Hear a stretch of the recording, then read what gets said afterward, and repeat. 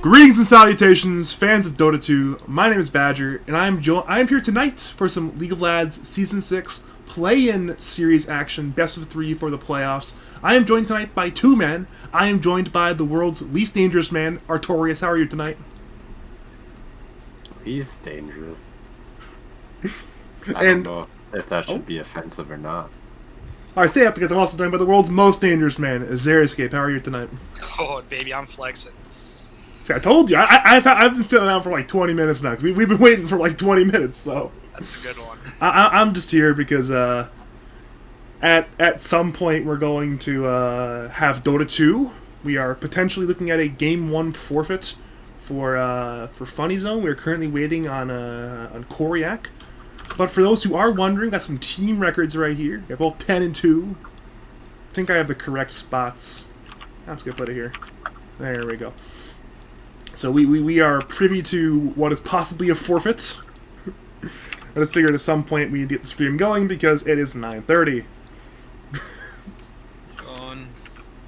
Either way, though, these both you guys are already secured in terms of spots for playoffs. I believe Tacos are 3 seed, Pizza Dog is 6 seed. Is that correct? 5. We have the tiebreaker over the ass man. The 2-0. You guys excited for some good old League of Lads playoffs? I just want to lose, so I have to play with tankers again. Sadger. What? I thought you liked tankers. Biggest moron you've ever met, man. I don't know. Next You are to talking Koryak. factor. I guess we're getting another player being kicked from Pizza Dog in that case. I joke. Oh, Koryak is now on Dota 2. Oh no! This is terrible timing. So we are going to see a forfeit for game number 1. So 5 dudes will be playing at the 1 game advantage. Isn't it exactly 30 minutes? What if he's in? It is now in the lobby. Oh god. We're gonna see. I'm seeing 9:31 on my clock, but you know what? If Funny Zone, mine just flipped. If Funny Zone truly believe, then they can win the series still. Just down that 1 game immediately. I'm really glad this isn't Best of 1. Technically best of 1. And that'd be kind of a real sad situation where you show up to cast, you wait for 35 minutes, and then nothing happens. Like regardless of rulebook, I think it just kind of sucks to get the 1 bad game. I've always hated that in like majors and stuff too. All right, everyone's G. We got Dota 2 time. Very exciting. Did they even ask? There's not even a flip. I think they already flipped. You just don't see it if you're in the caster slots, I don't think. No, one of the rules of showing up late is they lose pick and side selection. Jesus. Nice, what a shitty rule by the shitty legal ad admins. Who would have guessed? Yeah, Yo, Artorius, the tacos are making quite the comeback. We're only at 60% on the vote now. Well, I bet you all the tacos voted for the tacos. That'd be pretty sick. Alright, this is a game 1, pick 1 Rubik opener for Funny Zone, and Pirates dudes will respond with a Spirit Breaker for, I'm assuming, Mr. What's-his-face? Mr. CB. These teams did play earlier in the season. It went 1-1. I'm going to post the Dota buff in the group chat if anyone wants to look at it. And we did see no Rubik in game 1. Did we see Rubik in game 2? We did see Rubik in game 2, but it was for Funny Zone. It was for 5 dudes instead of Funny Zone, so that's something. We have this Undying pick. I'm assuming that's mostly a lane counter pick to the Spirit Breaker as a 5 support. Is that a correct assumption? I don't think it's that good against Spirit Breaker because he's kind of a 100-0 hero. Like, he's not going to hang around a lot. But this pick here is pretty bad.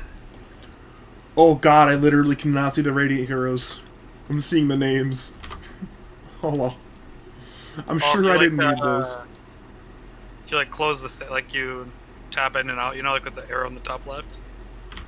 That should reload them because like it redoes their animations. Oh, there we go. Hell yeah. I also need to put a little bit of a text thing on the screen that's saying that they are already down 1-0 because it's not actually tagged in the lobby, so we're gonna have to go tag that in the. I don't think they physically can tag it in the lobby, can they? Yeah, they can absolutely. You just mark the win. I don't know how tagging works. Do you know how anything works? No. Canadians, what can you do? What can you do? It's the question of the Imagine year. just being an imaginary person.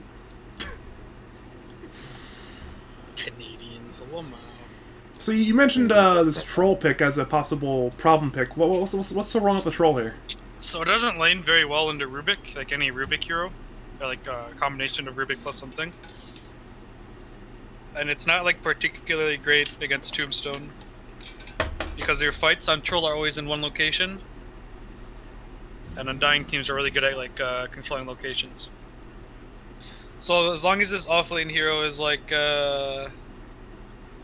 Mars or some shit, any area control hero, the team around troll is gonna really suffer to the Tombstone plus AoE spell, like Tidehunter or some shit. Well, good news for Five Dudes. It will not be Tide and it will not be Mars. Both those heroes are banned, but obviously there's other AoE control offlaners in Dota 2. Many of them at that. Many of them. On top of that, though, there's also 3 core counter picks against it. Yeah, and especially with this 5 pick here, they have nothing to protect like the troll being bursted, which is a huge thing. It's like more important than damn near anything. Like it's like the most important thing to have with the guy. You don't really care about the damage around you. You just want to be alive because you can pretty much 1v5 everything. It's also like the 2 most common pairings with troll are like Oracle, Undying, the other 5 here that save stuff. That'll come to my mind in a second. Hold on. Shadow Demon. The Chen. Oh. Shadow Demon's a little whack. Because you don't want to like stop your troll from right clicking. But here with like a...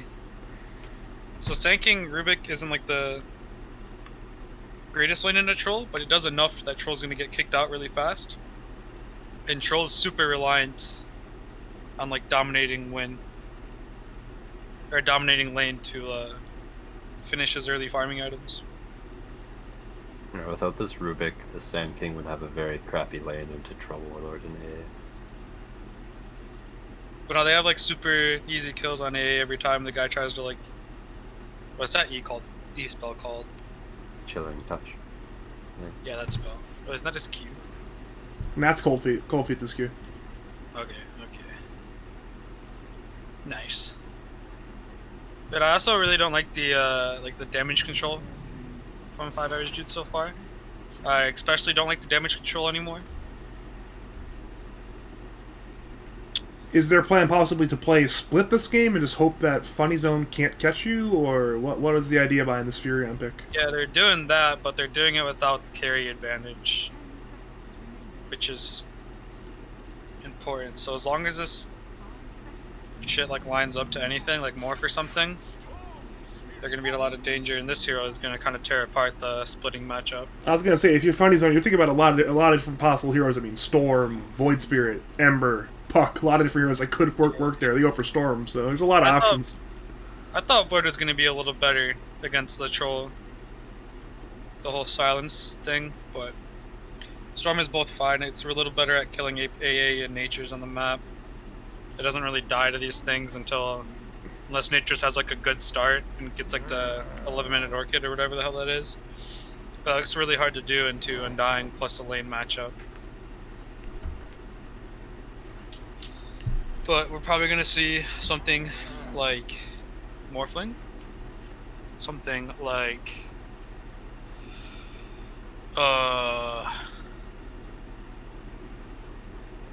you know, one of those Dota heroes. I think Morphling's just their best bet. I wouldn't want to pick any other hero here. How does Morphling land into Furion plus Spiritbreaker? Is that a good matchup for Very Morph? easily. I'm sure he just doesn't care. Very easily. They don't have any burst to actually kill him. High armor hero You're as like, well. You're like technically worried about AA, but this AA should like never really be alive. So it shouldn't be like that big of a threat. It's time to sit in Fountain and cast Ice Blast. Make sure you don't die to Storm Orchid. I'm sure if you're at like 1500 to 2000 HP, you just don't die anyways. Yeah. You could also see Medusa's pretty good, but you know, not as great. PA is okay, but not great. Actually, I'm pretty set on Medusa being the best hero here. At that point, you're just hoping that Funny Zone can make enough space for their Medusa pretty easily. They'll go Terrorblade instead, so they're high armor, Rising-based hero. Should be a relatively hard hero for the Nature Prophets and the Spiritbreaker to really burst down in the lane. And now for 5 dudes, you have to think of what mid is really, active enough to stop this, right? Well, theoretically, you'd want a Zeus in this game, but there's a Storm Spirit. I think it's most likely to be a Quap, but I don't really like Terrorblade because it kind of like makes Undying redundant. You had like a hero who doesn't really want to move on the map, who wants to sit bottom till like 12 minutes. And now Terrorblade's going to kind of kick him out relatively soon to go like top or something, because he's going to be like 12 armor against the Treants, and it's not going to be super great for them. And I'm not in love with like the idea they switched to of just finding stuff like with shove lanes illusions. I thought you could shove lanes with Sanking and Rubik. And you were correct, it is the Quap. Holy shit, I'm a fucking genius, man. I think this Dire draft would have been better if it was a different 5 hero other than Undying. Because Undying kind of wants team fight, and your only real team fight is Sand. I got a pretty good fight. It's just like they definitely, it's like they outfight the other team. That's all that matters, right? It doesn't matter like if they would have picked Tide or some shit. So they definitely have enough fight to build around the Undying Tombstone. Because they have Undying Tombstone plus 3 catch heroes. But I'm a little scared that like the Terrorblade is gonna make stuff weird. Which doesn't make sense, right? Because you think you can just like Tombstone on the meta location and just fight with the illusions there. But TV isn't like inherently great at keeping stuff in place. It's a lot of in and out against Terrorblade. We could see TB possibly go like Swift Blink plus Aghanim Scepter, and then possibly just be a very disruptive hero with the fear. Have we seen KU do that for step rollout this season? So you might see Smiley go for a very similar build if that's the sort of thing he's thinking about right now. The fear would be pretty good against Troll. I imagine that breaks through his ulti like after he beat KBs. But it's still like it doesn't solve the issue of shit running away from him. So you're gonna have to rely on like a lot of Storm keeping shit in place and a lot of Sanking keeping shit in place. And it's gonna be a lot of like, unless the 5 average dudes like group on a location and get 3 heroes Sanking stunned or whatever, you're gonna see it's gonna take a lot of time, or like a long time for them to win fights, which A really favors. And Quap is really favorable at long fights where you can press E 4 or 5 times. Alright, here we go, boys. We are in for the kind of game 1, kind of game 2, first match between 5 dudes and Funny Zone.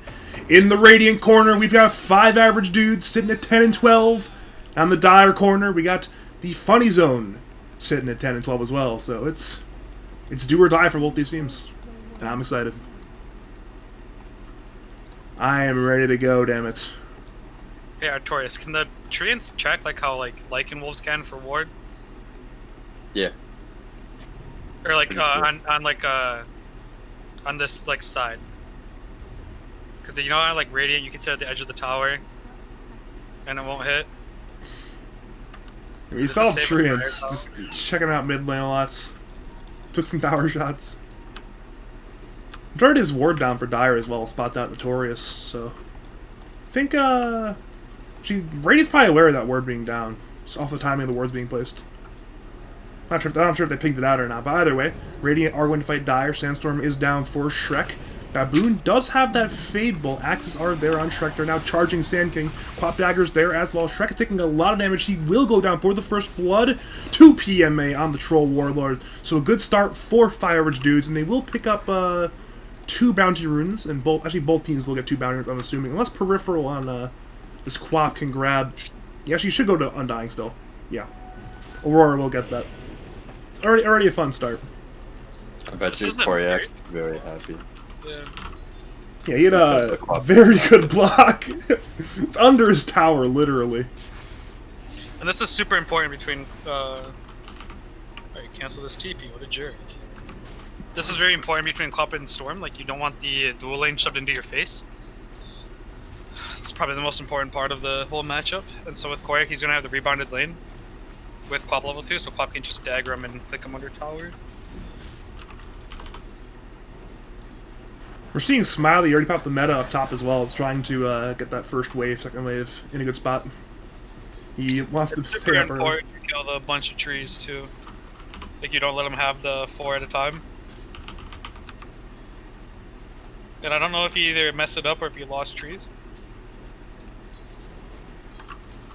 I know he had the trees over at the rune earlier. I'm not sure what the exact timing was on the spawns though. Ooh, Artorius missed on the D ward. Oh wait, he has 2 sentries. Never mind. He hit the D ward. He put down another sentry. This man is... He has a 3rd sentry. This man is full of sentries. My lord. He got the gold from Observer wards, which is a little too much. It's like 160 if you get the first rune. And so is it a D ward trade bottom lane as well. This is just the game of D wards. My lord.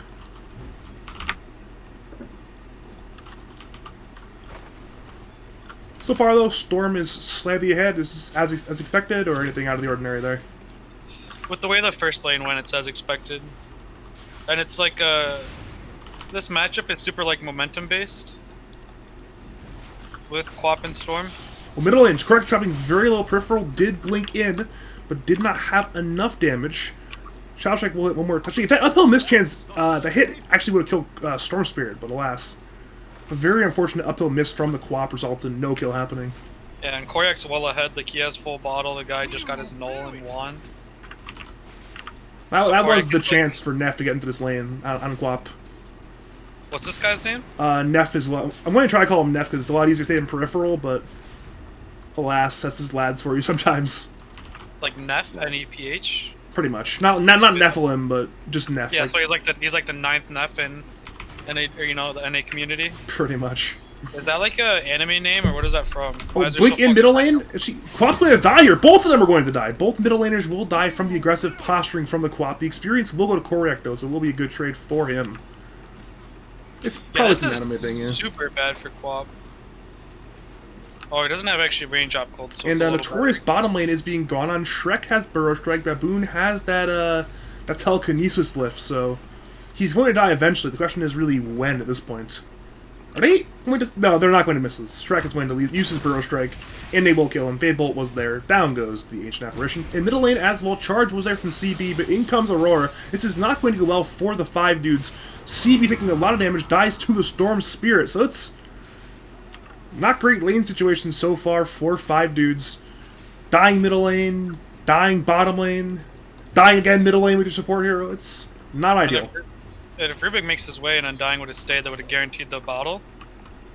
Which would have been real ginormous, because Quap is just not getting bottle, and he's going to have to bottle up his health. And we see the Arcane bottom, so Rubik is going to be able to help that. Quap will die if she blinks to it. They are charging the Storm, but it's not going to really matter. They're simply going to see, oh damn, he's got Arcane Rune. Feels bad, man. Simply a sad tale for 5 dudes right now. Bottom lane is going quite poorly. Yeah, Troll is 27-8 versus Sand King's 11-0, so Shrek not off to a good lane now. Should it be better than this? Yeah, but I think that might just be a case of, like, leveling Sandstorm. Burrow's there. Actually, will try to kill this Ancient Apparition. There is a telekinesis as well. Will stun up PMA as well. Down. Actually, the miss there. But from the Troll Axe's blind, but it was not enough to save the Ancient Apparition. He will go down once again. I've really enjoyed the caustic spam on people and just having the lane in their face. That feels like much harder to deal with than the sandstorm stuff. Yeah, but leveling caustic past level 1 isn't really worth it. It doesn't scale very well. If he wanted to go caustic spam, I think he should have maxed Burrow Strike. Well, I'm just saying like at the early level, like the level 1 stuff.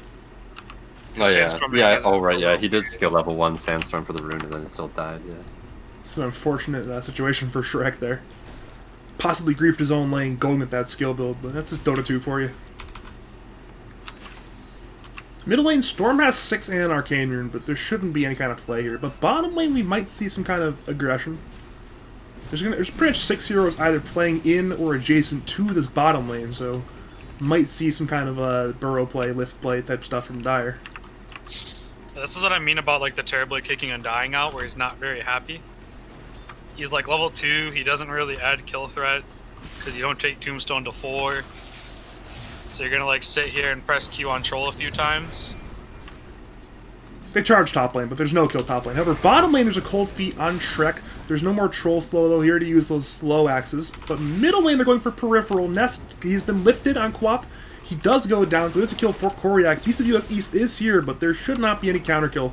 TP in from Aurora just in case, but I'm going to bother myself all serious at mixing up this name on Quap. Literally all serious. I'm going to bother myself and my viewers. It's very exciting. Can't wait to do that. What does it say on well, the Dota Plus or the Dota buff sheet doesn't even matter. Yeah. Because God Admin Guam doesn't keep it updated. Even now, I'm not even sure if he had that name on the. I think he had a completely different name in the trash sheet, anyways. Is this the same guy? I thought they changed players. I doubt it. Shit. A player change sounds about correct. For 5 average dudes, it's their original roster. Oh, it is? Yeah. Huh. I'll be. Either way, though, lanes so far have surprisingly gone the way of 5 dudes despite the kill score, mostly due to this bottom lane. PMA currently the number 1 in last hits, 53 and 10 versus Smiley's 43 and 9. So overall, this Troll is off to a very good start, and as far as I'm concerned, if you're Radiant, it's in Troll we trust this game.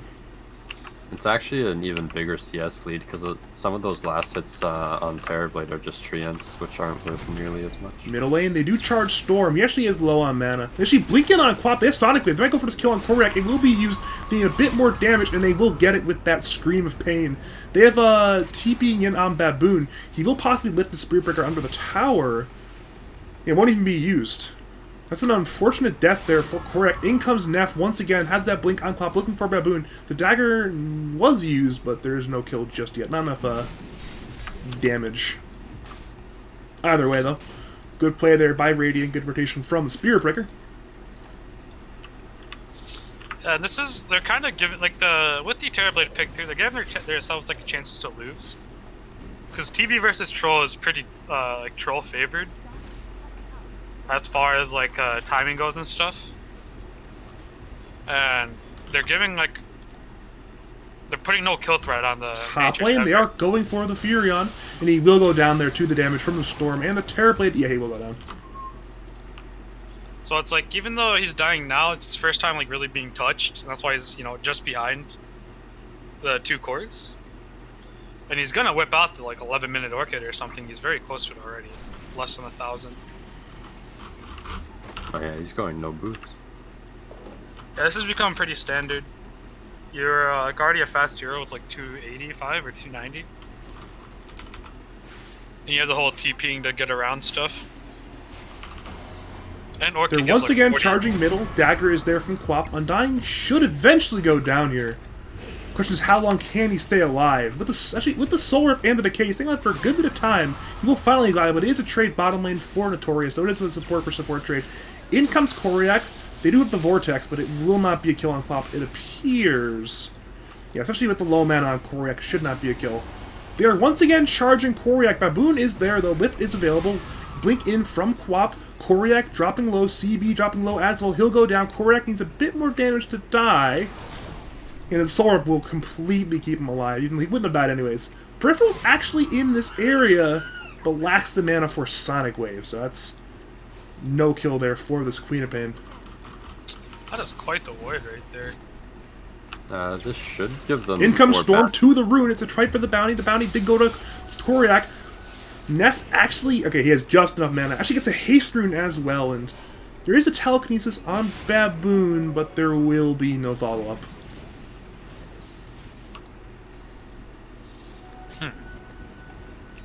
They're charging Koryak, but that's going to be nothing of value. Except for, he's going in, he's crazy. This man is looking for Storm. In comes Furion, that is the Orchid reveal. Sonic Wave is there on 2. Koryak is on the cliff, he is silenced. He will go down to the Beast of US East. Aurora is fighting, has the Decay on 2, but that's only delaying the inevitable, it appears. There's also a charge there onto the Rubik, so those 2 kills for 5 dudes. They want a third. Artorius under tower, down goes CB, so it's a 2-for-1. The Burrow was there on AA, Dust is popped, but Ancient Apparition will go down here, so a 2-for-2 with rotation from Shrek. Orchid is there on Sand King. He's running away, but there is a scream from Quap, but no Sonic Wave, no Dust, no anything, so Shrek should be fine here. Well, this is quite terrible for like Dire. Yeah, Undying had to eat the book, which is really bad to take away from Rubik. Because you want to be like level 7, almost level 8 at this point in the game.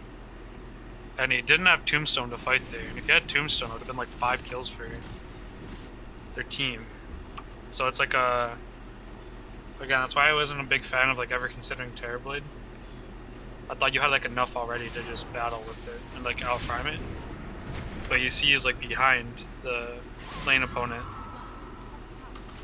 I think they're definitely feeling pressured. Their Sand King is trying to rush a Blink Dagger with no Bracer, Yules, or Veil or anything. This is pretty. It's pretty like standard to do when you can't kick your lane opponent out, and that's how Troll works. So this is like another like issue, I guess, with what Undying, like with the Undying Troll stuff, where there's no way your carry can really join stuff, and with where Undying is like pretty well useless, they can't even go like just battle the bottom lane and keep kicking Troll out. There's a charge from CB middle lane. We'll look for Storm, but this is kind of a hard ask. There's a blink in from Neff. Dagger did not get disjointed. Now they're turning out the clock. Sonic Wave was stolen by Rubik earlier, was used again, but did not kill anybody. Rubik so far the only hero to die to that Ancient Apparition damage. Just 2 kills for A, and with the Orchid from Beast of US East, it will be 3 kills on Funny Zone. Ultimately, disastrous engagement middle lane, despite the Sonic Wave on 3 from Rubik. Sand King has Blink to go clean up middle, if that's what they choose to do. But they might just be... I wonder if he has Sandstorm before. Oh no, he shows Blink. But it's really like... for Terrorblade, ooh. In comes Furion. They're going to look for a silence here. They have a dagger on the real Terrorblade. Orchid is there as well. Ice Blast is going in, and it will be from downtown. And the kill will go to Quap. So another great engagement for 5 dudes. As what's going so wrong at this point for Funny Zone in terms of how can they solve this problem? Because they are, look at if it's a Hero Networks, only Terrorblade's in the top 4. This is bad economy. There's an empty Blink Burrow from Shrek, but Terrorblade's, or sorry, Troll's not even dead here. He's still 2 alive. They need a Storm. Yeah, the Storm just has to start connecting, because he's really, like, his Sand King is strong for like 2 more minutes, and that's it. Like, once you get to that point, it's going to get a little sad. This guy will die. Yeah, they will look for Beast of US East. Burrow is there. He does self-sprout, but he does get lifted by the Rubik. PMA is fighting with that Battle Trance. He is stuck in the trees for now, thanks to that stolen Sprout, I believe. Yeah, PMA will go down. Charge is there from CB on Shrek, but it's time to run away. Time to not feed completely. Maybe kill a Tombstone. That's a good steal there from Baboon. Getting that Sprout, just keeping the Troll in there. It's really weird that Storm like chose to farm here instead of coming. I guess he's probably thinking he's like 16 minutes in the game with, or 15 minutes in the game without an Orchid. But like he would have gotten, you know, like 600 gold there or something, because like it would guarantee an early Storm kill plus tower, or if he came after, he would have got both Prophet and Troll.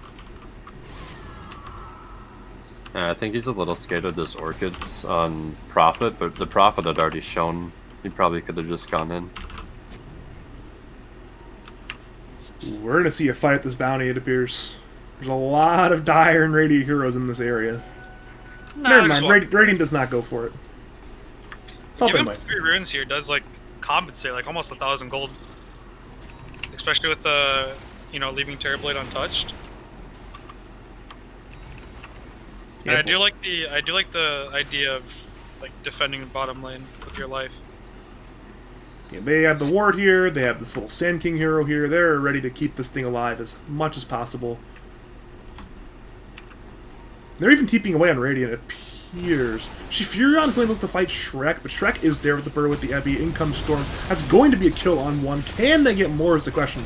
Ice Blast will hit on 2, I believe. And they will look for Ancient Apparition. Shrek has Blink and Burrow available. Will not even use the Blink. Will just Burrow. In goes Koryak with the ball landing. Actually will be a double kill for Aurora of all people.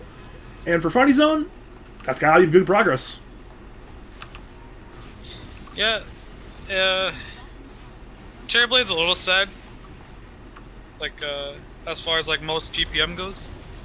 He probably could have beat Troll in this, like, little engagement if his team was taken over and he farmed his jungle. But now he's going to be able to, like, stay bottom the whole time. We should see Aurora place 2 wards on the south side of the map. And then Storm should be at his Orchid time right now. So you're going to see a lot of battles, like, shift towards top, and Troll's going to be, like, the one being caught. They're setting up top lane. In comes Shrek, in comes Koryak, there comes the Orchid, and down goes Beast of East. But Neff is looking for counter kill. Sonic Wave is there, has the Orchid of his own. Koryak should go down here, so it's a 1-for-1. Sonic Wave was stolen by Baboon. It's a 2-for-1 in favor of Funny Zone. However, the big target is Smiley. They are charging in. Another strike is available. They will use it, but there is an Aurora in the area. They are trying to have the Ice Blast. Ice Blast will be on 2. Down goes Smiley, down goes Aurora, and it's a disaster now for the Funny Zone. Prodigy that is CB with the double bash. Sometimes you have to be a real Dota gamer to get that 17% bash chance. Seriously, he bashed the Undying when he was gonna soul rip, and then his next click was on TB during the Sunder animation, and he bashed that. What an absolute prodigy! That's a 1 in literal 36 chance, and you have to have really the power of RNG on your side to get that 3% chance. So you know what? Maybe Ice Frog believes in this man. What a Dota prodigy. Holy shit. I wish I was that kid. Either way, the Funny Zone, they say, you know what? We might just smoke here. They are smoked as for everybody except for Smiley. They obviously have the Orchid on Storm. They have the Blink on Sand King. And looking at their vision, they see 2 heroes mid. They saw a hero bottom recently. The big hero to catch will be Furion, it appears, but he's TPing top lane away from all these Dire-based heroes, and Radiant now are relatively close to towers, and other than the Queen of Pain playing together pretty much, so there's no easy catches with this smoke, unless, Dire does not see into this jungle area. So they might run into Quap blind, but Quap's actually in a relatively good spot here. This is going to kind of be their next...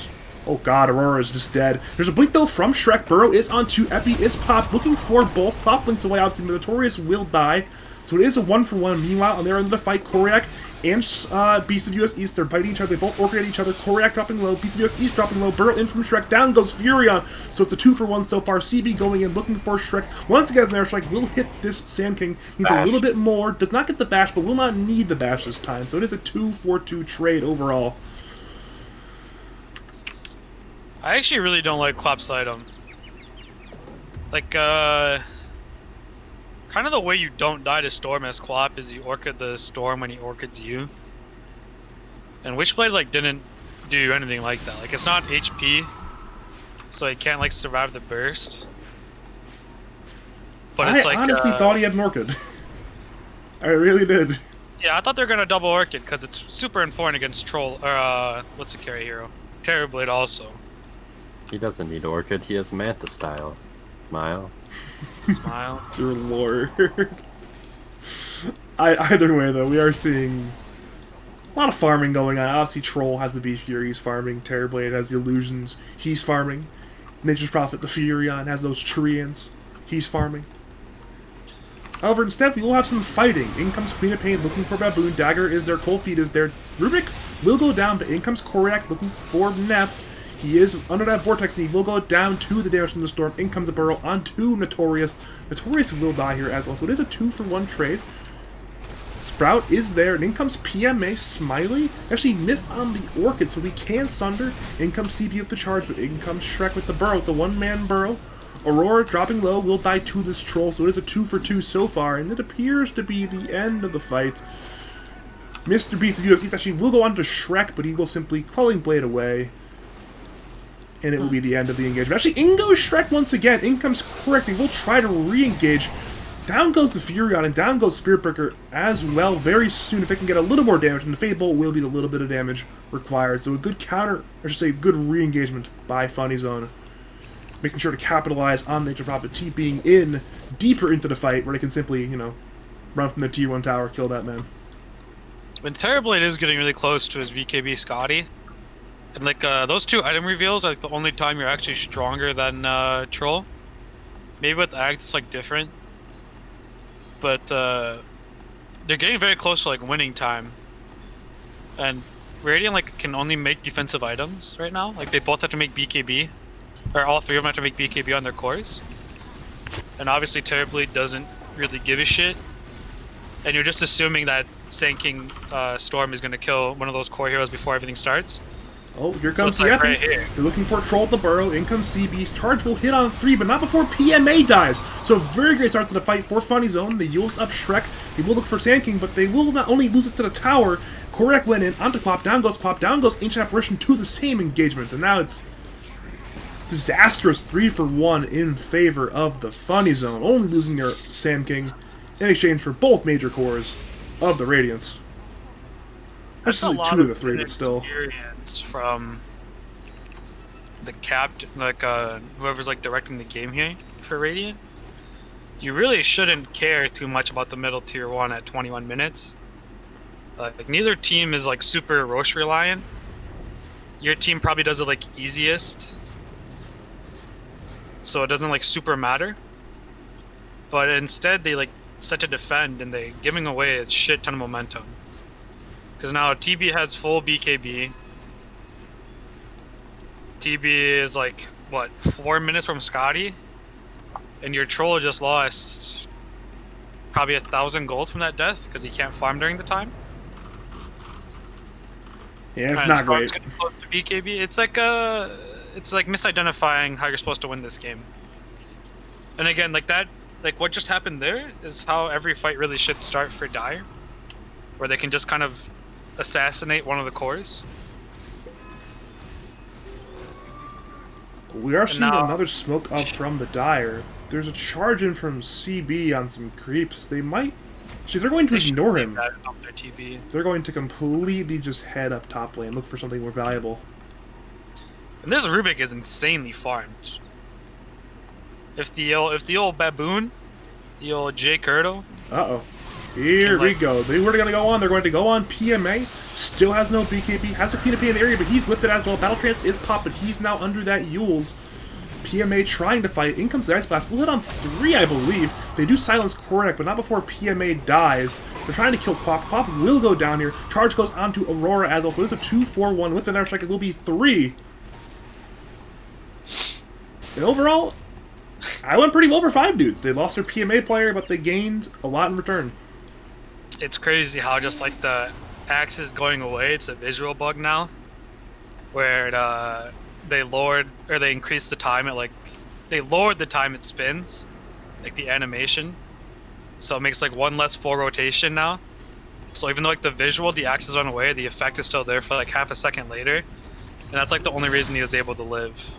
Shrek is on a crazy play bottom lane. Look for a Burrow play on 2 to stop the tower from dying, but instead he will just die, it appears. He's not dead just yet, though. Actually, will barely survive. What a boss. Apparently that was a good play from Shrek. Thought it would backfire. Did not backfire. What a boss. I thought he would die for that. Apparently, Shrek does not die for those plays. But we're getting really close to the end of the game here. Like as far as like Dire being able to win it.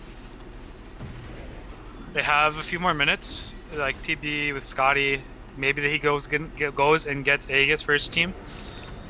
And then they have like 2 tries to go in, and if that doesn't happen, they're gonna lose. Because eventually Troll's gonna have like Abyssal plus a damage item. Or BKB Abyssal plus a damage item, and that's always stronger than Terrorblade. But it's really dire, really drastic, because the Rubik can kind of own the Quap. And like the Nature's Guy, what is that? Prophet, Nature's Prophet, there we go. Nature's Guy, yes. Either way, though, at this point, Artorius, what do you do if you're 5 dudes to make sure this game gets extended long enough to outlast the dire timing point? Well, I think they're doing the correct thing and picking up some BKBs. They definitely are going to need them in the fights. It stops everything but Terrorblade.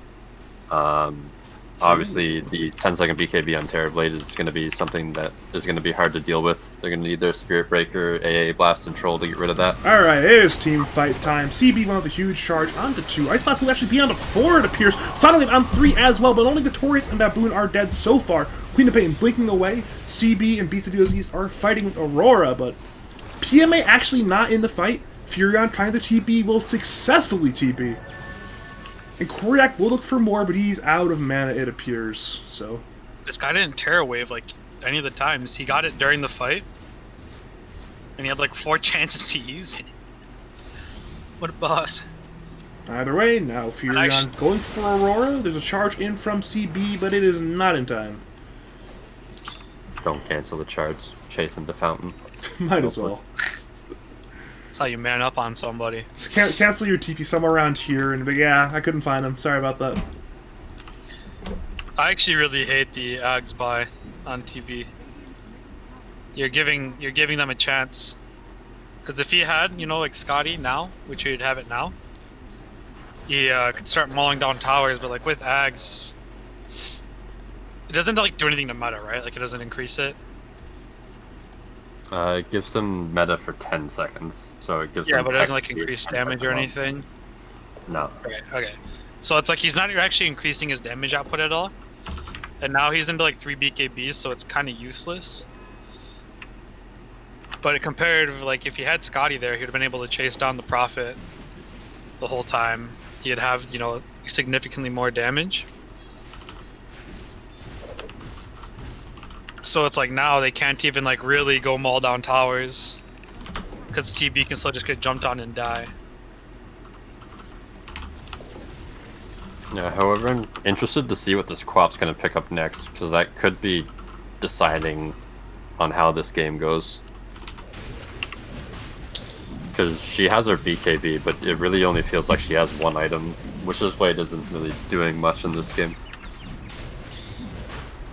This Roshan can be very deceiving for the 5 average dudes.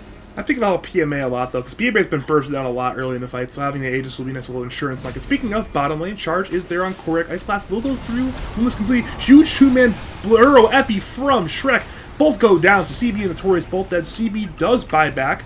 On their end of the fight, Furion trying to fight. He BKB'd, he's being hit. He will barely die. Did not get the TP off in time, so that's 3 deaths for 5 dudes, including a buyback and a Furion BKB usage and a tower dead bottom. That's utter and complete disaster. And because he had the Ags there, meta's still up now for bottom lane if they want to go high grounds. And the issue with like the Troll currently having it, he's gonna have an AFAB situation where he can like you know, he's never gonna die really. What he's gonna have Top lane, Quap has been gone on, did not have BKB up, and just died to the Orchid and the friends of Koryak, top lane. There's even some all check coming out from Smiley. They're they deserve it, man. Angry over the forfeit earlier. They are putting their displeasure in the all chat. No.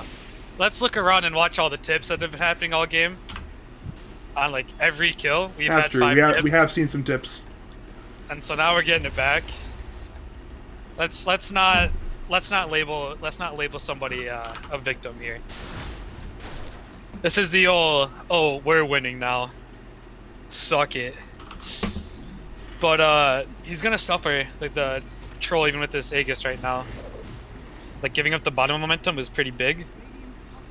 Because it's going to show, like it's always going to open up the opportunity because Terrorblade is going to plant himself there and have his illusions just clear down. And they still can't really fight him. They are looking for Smiley and Smiley, Metal actually. Charge is there. In comes Nether Strike, but there's not enough follow-up just yet. CB trying to run away, but he's now burrowed by Shrek. In comes Koryak. Is there more follow-up? Actually appears to be no. We appear to be at the point where Dire and Radiant appear to have agreed to not continue this fight. So looking at Dire Vision, they see CB here. They might just go with the heavy burrow play. He's thinking about it. I think we should just fix lanes, play it slow. They still technically have Aegis for like 2 more minutes. And you have like bottom lane issues, so yeah, that's what they're identifying here. Tab is going to TP bottom, finish Scotty in the bottom lane, and they're going to go try to win in the next, what is 2 minutes and seconds? 300 seconds? That's 5 minutes. Shit. That's 120 seconds, sir. 120, there we go. Whew, that was embarrassing. We don't talk about it. Technically, yeah, you got 130 on Aegis still, but yeah, walk over to 120 to 300. We just keep talking, and eventually 120 is right. I guess that is true. We're past that point now. It's even less than 120. You know, time changes. I was really never wrong when you think about it. Yeah, 300 was definitely never wrong. Yes. Either way, though, I mean, both teams. Radiant's pushing in top lane, but they're just not running into anybody right now. I mean, Storm's farming in the area, but they haven't found him. Radiant is grouped as 3 middle. They're charging on CB, but it's gonna be actually they're going for Aurora. The Orchid is there, but he's now lifted by Baboon. Smiley looking to fight here, pops that Aghanim's thing. Furion pops the BKB trying to run, but he's simply going to go down here eventually. And now they're looking for more. An Orchid onto CB to stun. Was onto Notorious, and Notorious goes down, and it's full retreat time for 5 dudes. Shrek has Blink again, but see, they're going to look for CB. The lift was there from Baboon. Mr. J. Curdle found it, and now CB is dead, and his 3 heroes dead for 5 dudes. They're down to 2 dudes, and those 2 dudes will be without an Aegis in just less than a minute, just 54 more seconds. Yeah, Troll actually has not shown up to a single fight since he got Aegis. It's been a rough fight. They haven't found a structured fight. It's been literally 0 structure. It's just like, alright, run in the jungle, hopefully get something done, and it's not going well. And this TB guy keeps choosing to not buy Scotty. Maybe he doesn't need Scotty. What a boss. It's kind of dataless. I mean, if you think about it, right? So if he uses the Aghanims, he has these 10 seconds of meta illusions. He has the dataless. Just hit somebody, and they die, right? Yeah, but also imagine the big angry troll. Yeah, the big angry troll. Listen, taking a nice jog view. If the troll's not in the team fights, you don't need Scotty for troll, right? Not wrong, bro. You're not wrong. Alright, so game plan. Make sure troll isn't at any fights for the rest of the game, yeah? I'm sure that's doable, right? Alright. Just making sure that was our game plan. Either way, speaking of troll, Aegis is dead, has expired, so we are now back to an Aegis-less game. They were not able to use the Aegis on 5 dudes. If anything, they had a bad time during the Aegis, so rough time in terms of game state for them. It's just time to delay the game further. Possibly die on your Furion bottom lane to Koryak. You never know. See, there's Radiant scan on Koryak, so they know he's there, but alas, they have no means to actually get on top of him just yet. Is it just me? Or does it feel like Rubik has more useful items in this Quap because she has this Witch's Blade? Yeah, the Quap, he has Aeon Disc, holy shit. This is a rough time for Neff so far on Quap. I mean, he's got 2 items not to die, and then 1 item isn't really doing much damage, so it's... What a fucking boss! This very, very hearty laughing from the most dangerous man alive, Xeriscape. What a fucking boss! I like it, man. I fuck with it. Either way, though, we're just seeing Dire. They're playing into this Radiant jungle. Radiant have some idea what's going on, but not a full idea of...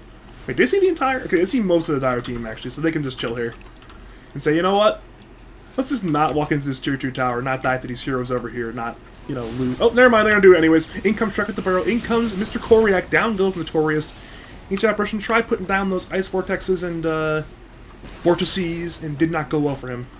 That's actually a huge kill, like a huge hero not to have with your AA. I mean, I guess they assume the guy has buyback because supports buybacks are like 500 gold. But we're not at that, so they're just gonna go grab 4 runes and defend top.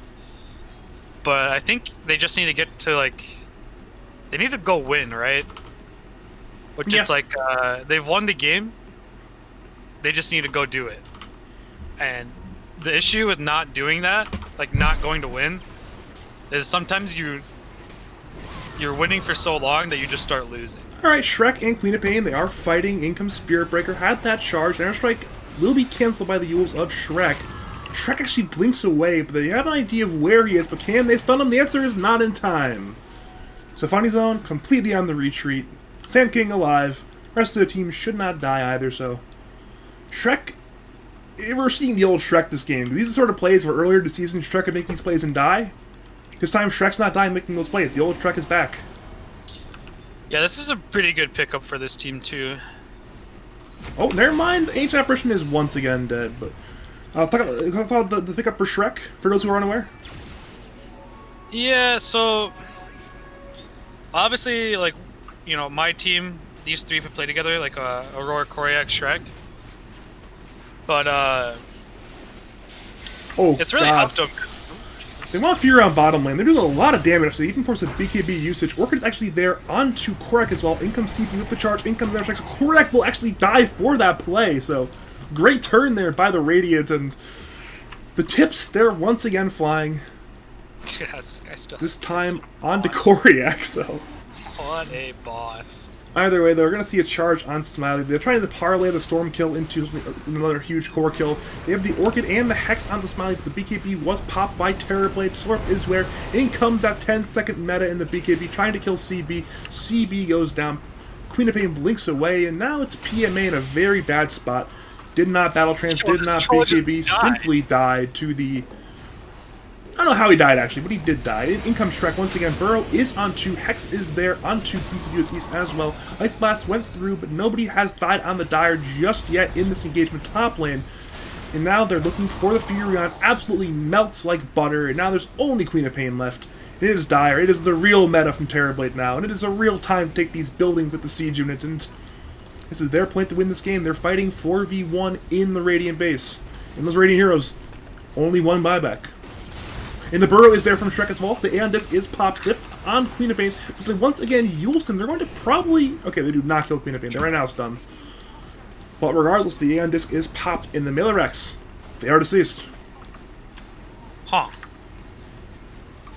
So, I guess you're right, Badger. If the troll just never fights, you don't need Scotty. I mean, he did fight that last fight, just not with the Terrorblade. He fought with, like, what? I don't think he fought. I think he was just a victim. I think he just fought with the Rubik, I Didn't guess? hit a new one. Either way, though, Burrow is once again there onto the Quap. Quap dropping low, BKBs runs away, Spiritbreaker trying to run away as well, possibly even kill a Tombstone. Alright, they will focus the Tombstone, and Dire, content with their gains, will retreat back into the Dire jungle area, possibly think about this Roshan. They are drawing arrows to the Roshan pit. And Roshan actually is up in just 7 seconds, so if they get lucky, they will see it very, very soon. They walk in, no Roche. Oh, look at Smiley at the illusion, and good play from Smiley. What a boss. And they see it now. It has respawned. Dang. After an age of sand cheese. And 5 dudes have to respect the Roshan possibility at this point. They can't simply let the Aegis go to Terrorblade, the cheese to Storm, or the other way around, the cheese to Terrorblade, and the Aegis to Storm at this point. They have to do something. And instead, they're going to get going on by Troll. Soul Ice Blast is there. There's the Epi, there's the Burrow, and it's a dead Troll.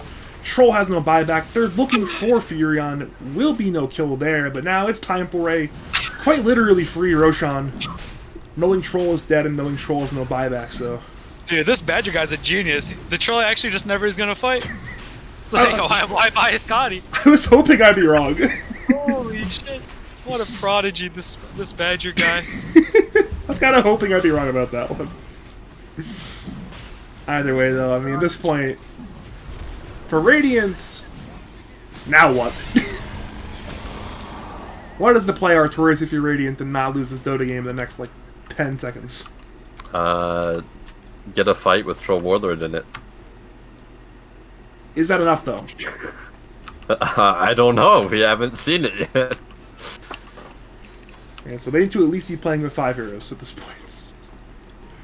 It felt obvious, but I should probably ask anyway. That's my job.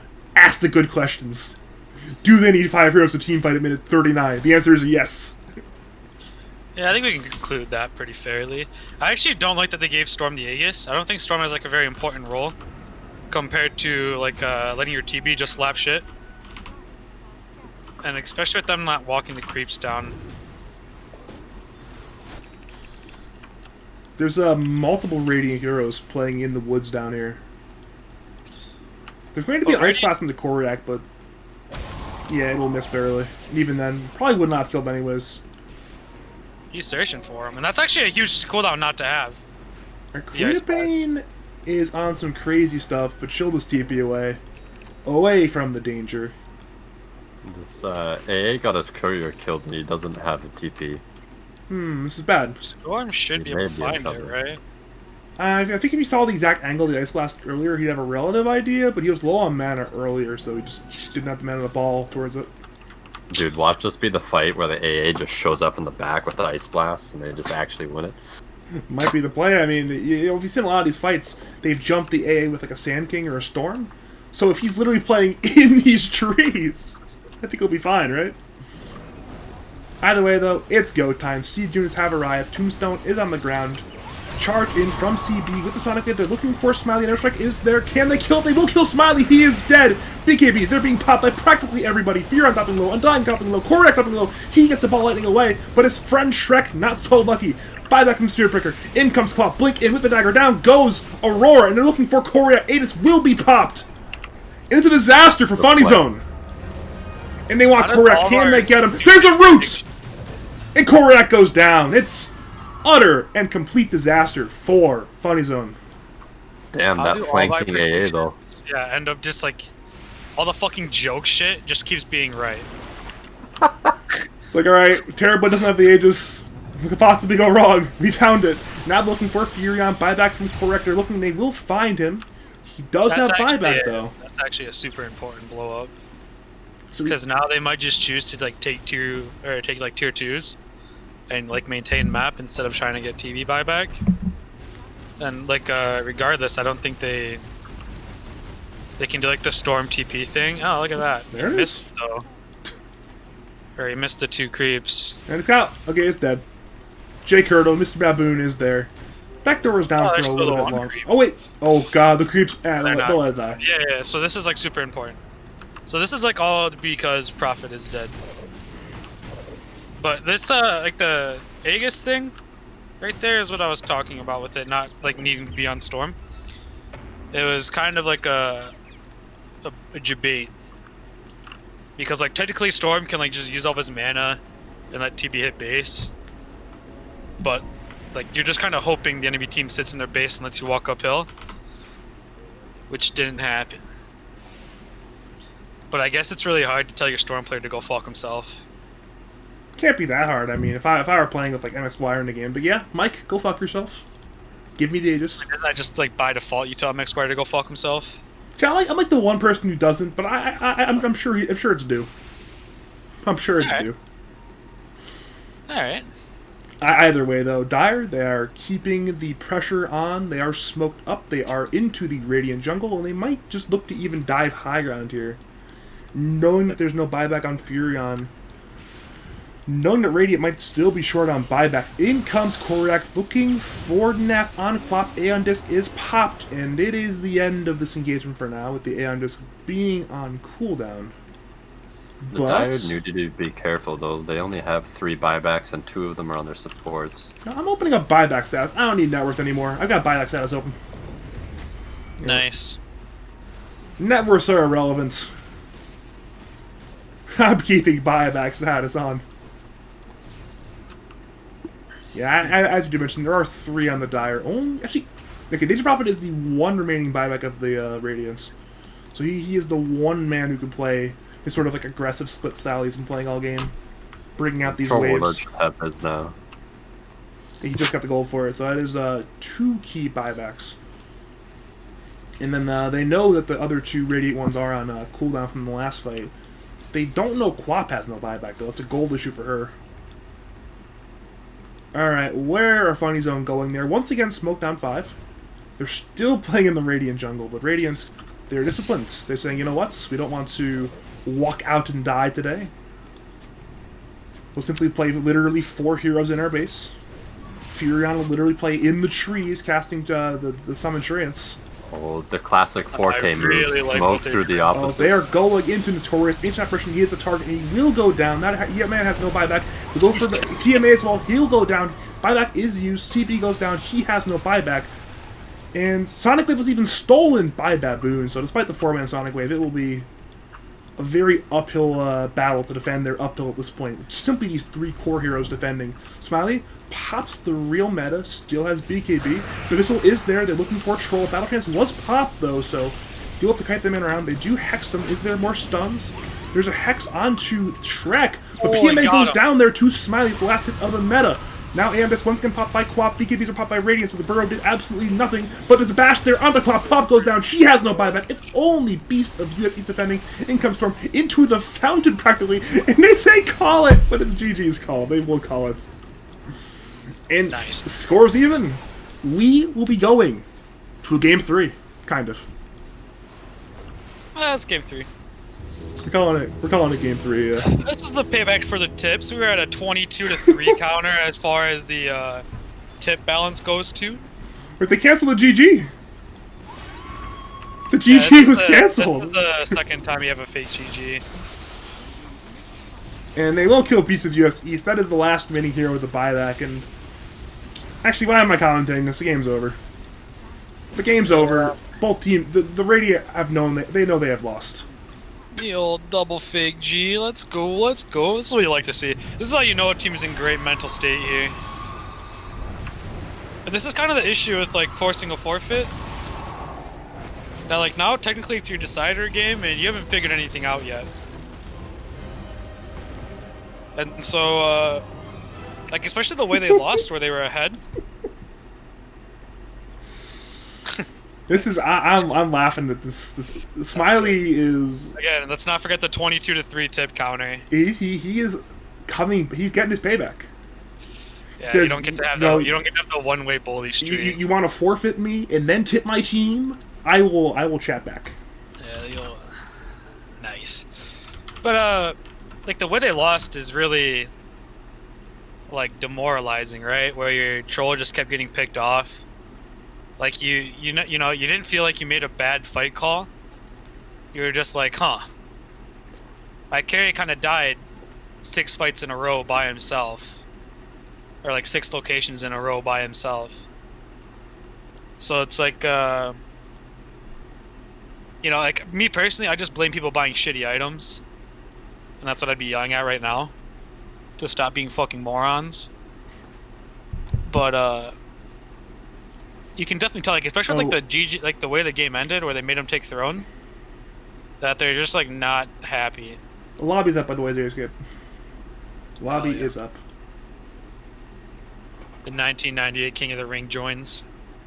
Now, speaking of relevant things from that last game, I mean, Notorious, we saw his sponsor there was Artorius Disciple.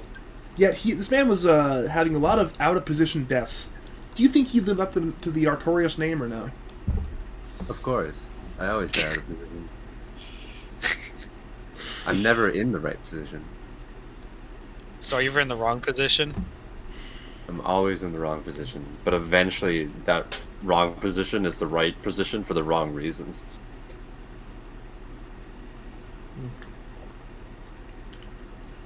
Yeah, I have a new water bottle, and it's making me so happy right now. The water's so cold. It's insulated. Are you guys looking at lads? Let's tab over to the last Discord, shall we? Happening this time. Oh no. Birdman. What a boss. What a boss. Just so it's clear, that guy's also playing with the Smurf. What a boss.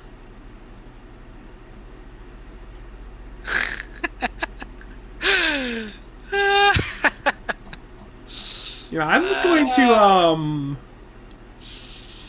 I'm just going to not comment on the action in League of Legends Discord right now. Apparently, this guy's had all of his comments deleted, so perhaps What a boss. yeah, Big Guam's come in and cleared.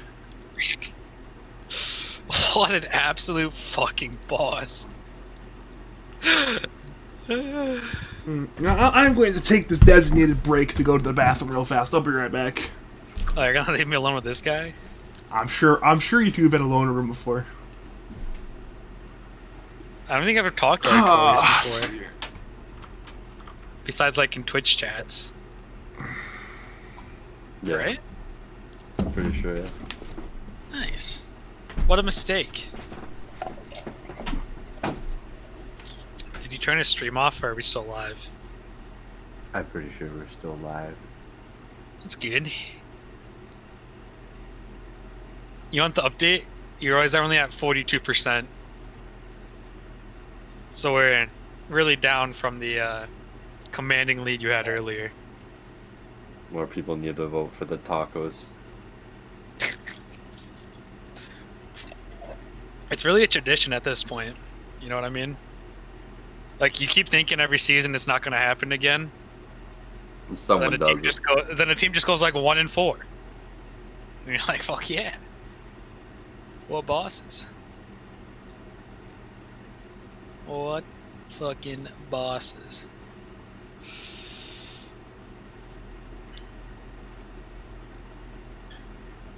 So they get priority again, right?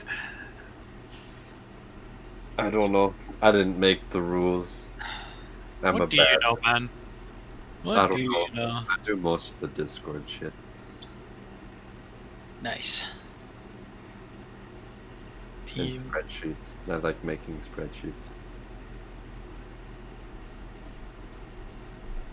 Okay, yeah, they have played all 5 together. Or with this mid player. Huh. Oh, chair. Huh. Headphone, another headphone.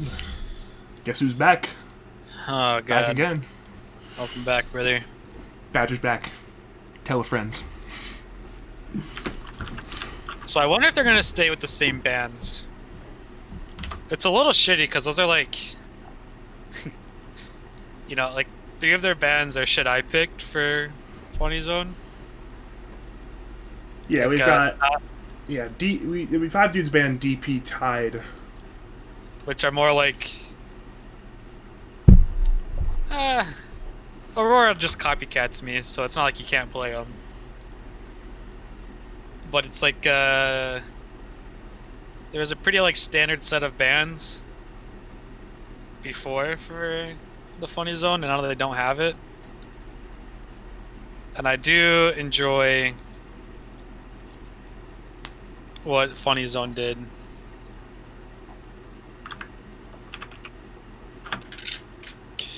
With the like the elk band. And sometimes It's it's a little- like Alchemist is one of those heroes that where you see Alchemist in the game and nobody's having fun. It's a little silly, like how easy it is to draft out a second pick. Like, 3 of your picks are like significantly better, right?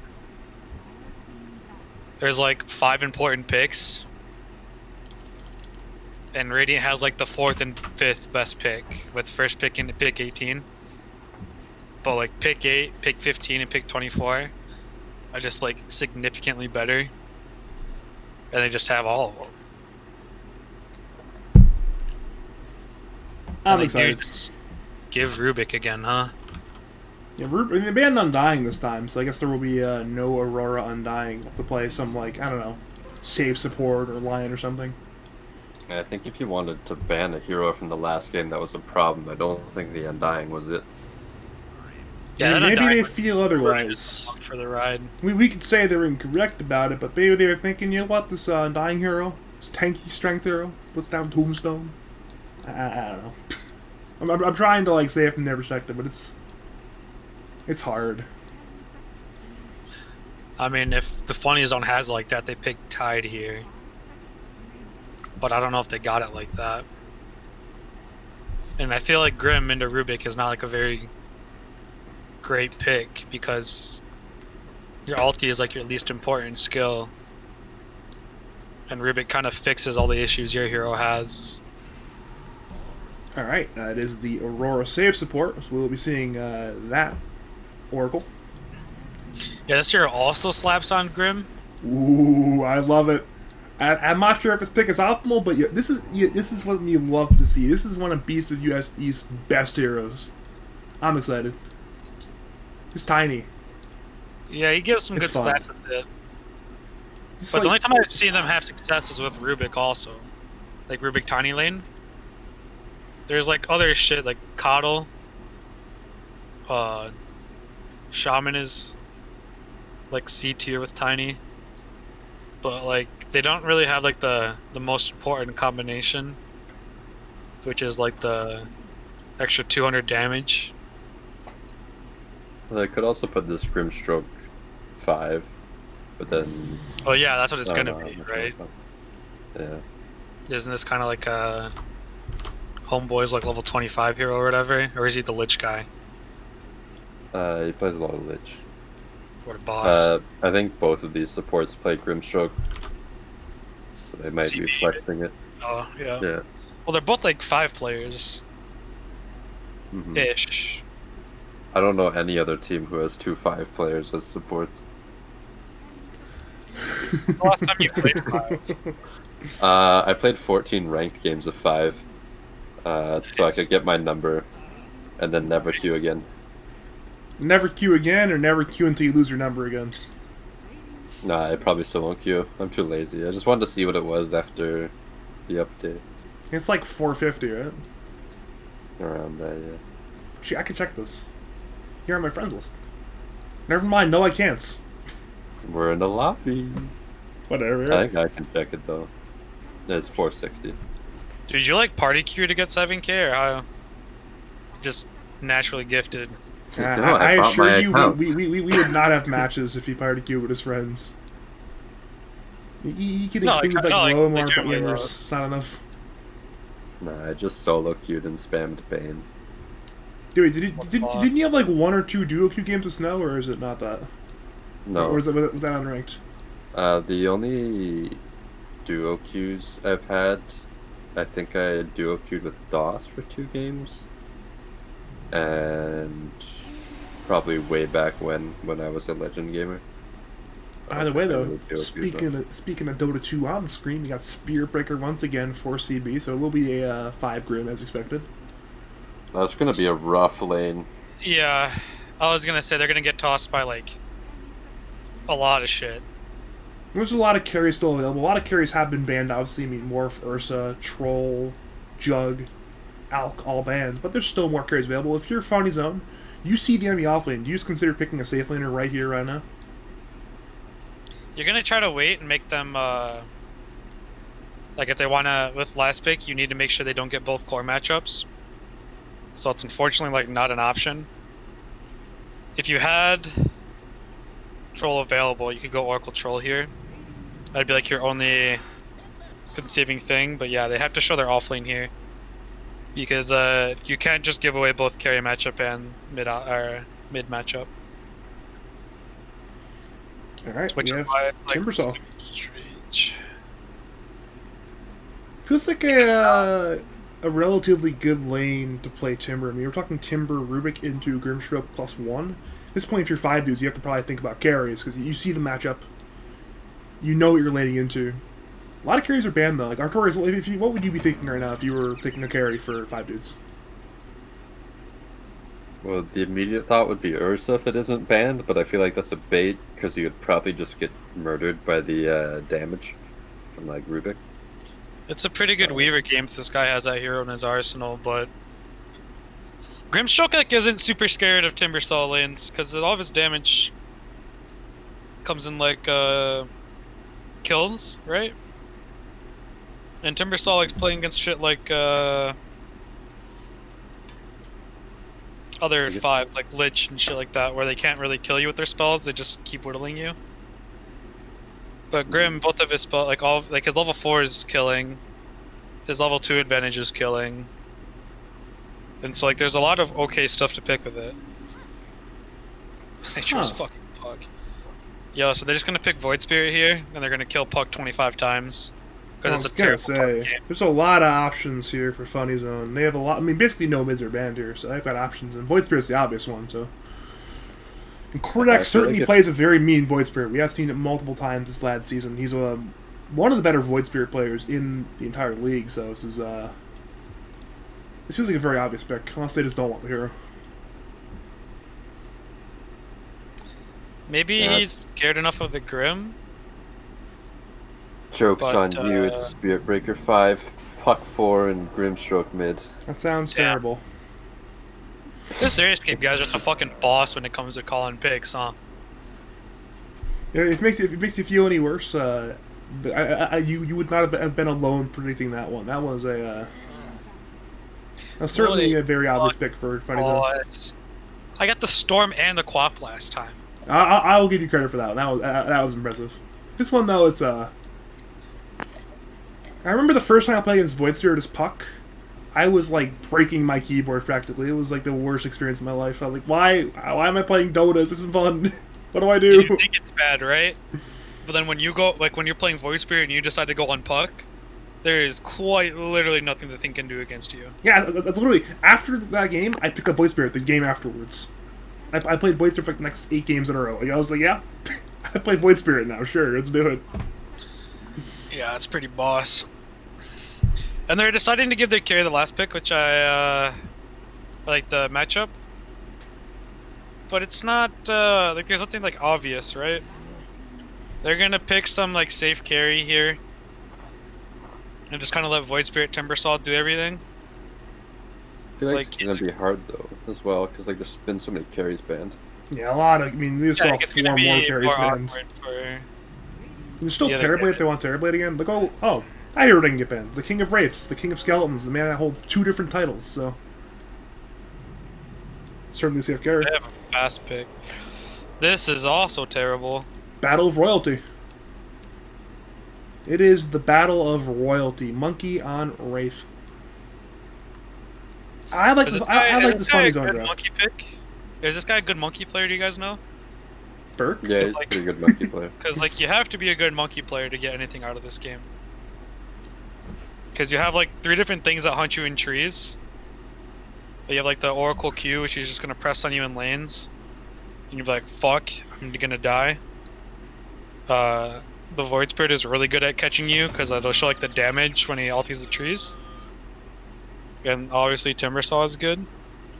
Your lane is like okay, but you're never gonna kill Timbersaw. And you have like, you know what we should have picked, Badger? What? Gyrocopter. Honestly, not that bad.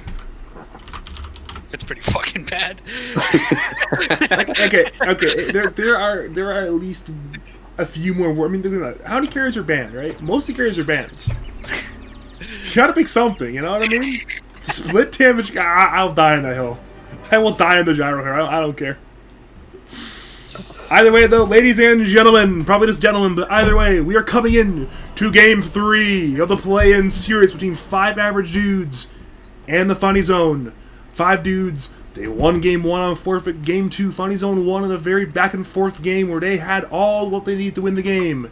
In floor Game 3, in the green corner on the Radiant side, it's 5 average dudes.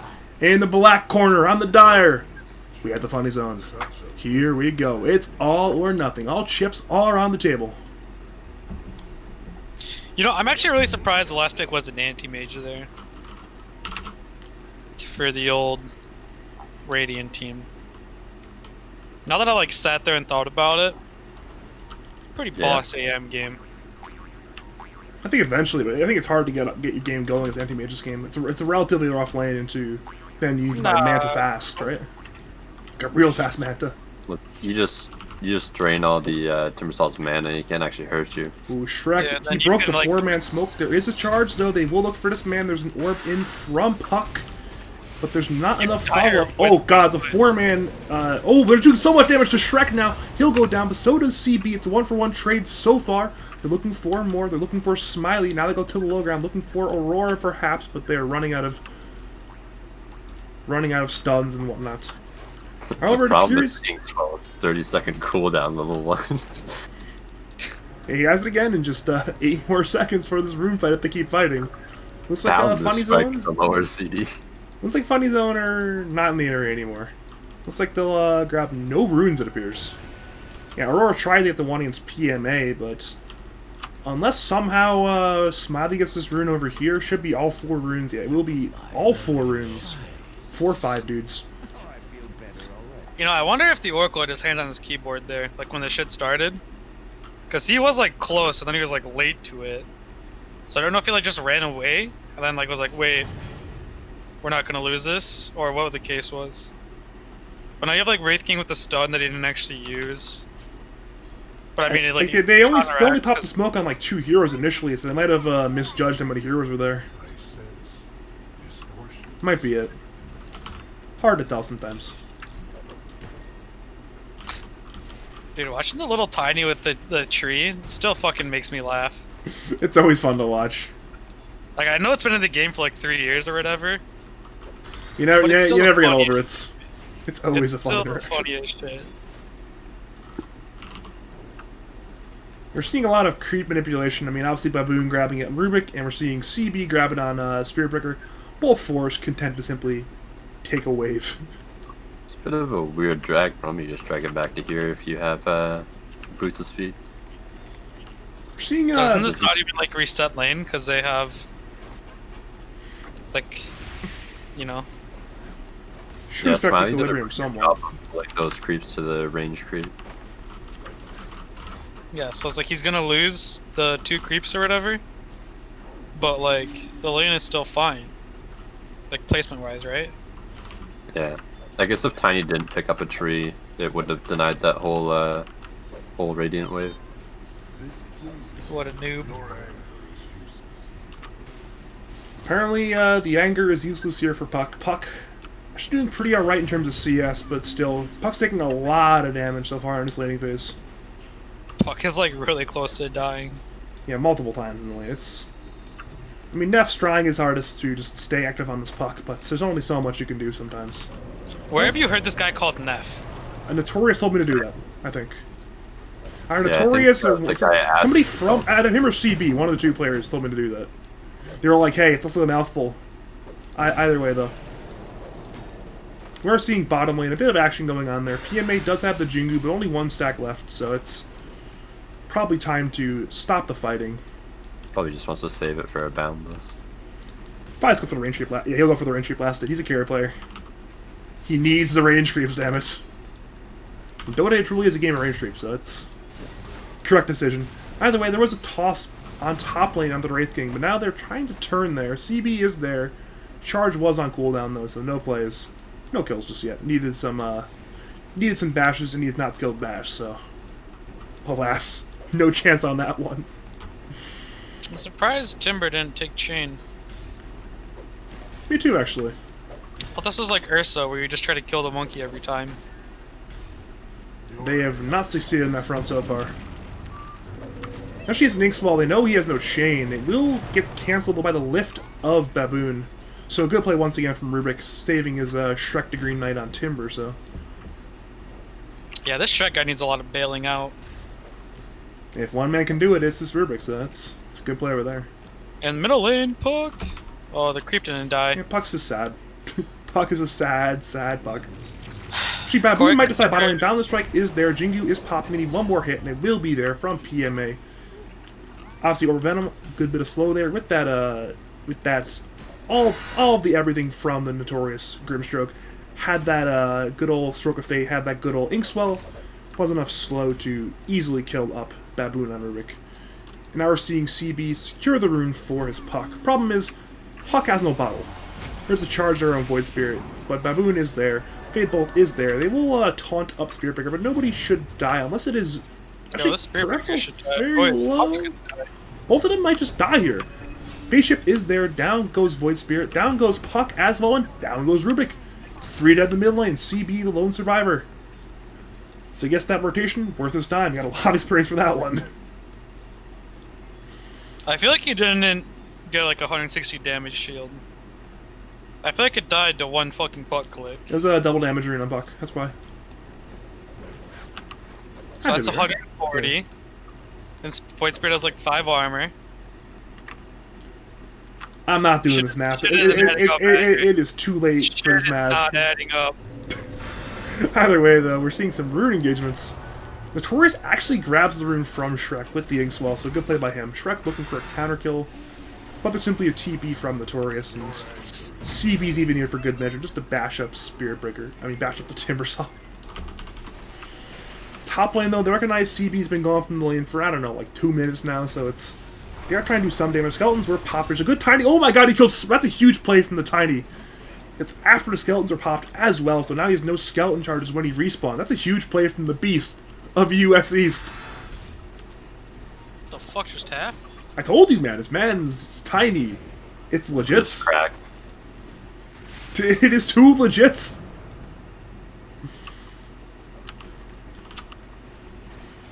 Either way, obviously, Skeleton King, Mr. Wraith King, back in the lane again, but... I mean, even with Aurora there, he did die previously, so it's not guaranteed to be safe there. I think people just forget how much damage Tiny does with bottom tree lane. throw.